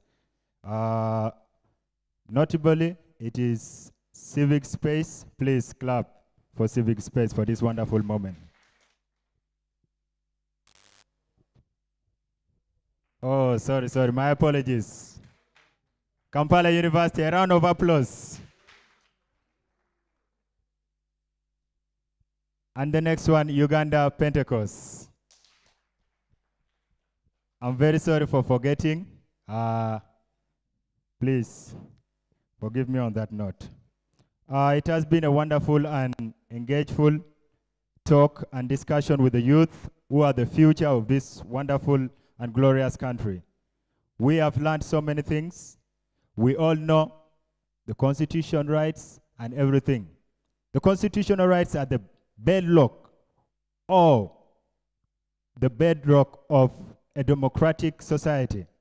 If we don't handle these things with care and with commitment, I don't think our rights will be respected in the community. So respecting the constitutional rights is something which is very important. That's what I've gotten. We have heard from the panelists, from our seniors, and everyone. Please, it has been a wonderful moment. That is all from IUA. We thank you, each and everyone, including the DJs, the media, and all people who attended. It has been a wonderful session. Thank you. To host this event, it was not something easy. It needed the collaboration of all the youth in different universities, and we have made it happen. We pray and we hope that within the coming days, we shall be hosting and sharing ideas as the future generations of our countries. It shouldn't be only Uganda, but even if you are a foreigner, listen and get the ideas from here, apply them in your different countries. Like for me, I've learned a lot. I'm from South Sudan. I would say that this wonderful conference has taught me so many things. I'm sure it has also taught you. You have learned so many things. Please, don't leave it here. Make it something progressive. Let it not end in today's conference. Go on, teach other people so that in the coming generations, there will be democracy and rights will be respected in all African countries, not only Uganda. Without going further, time has caught us. I would like to end here. That's it from us. Please, we'll meet another time. MC?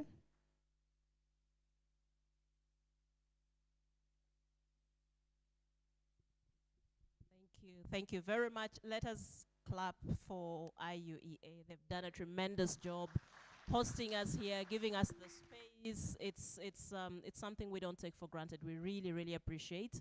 We hope you'll welcome us another time. We shall still be grateful to actually come and share with you on similar issues and similar topics.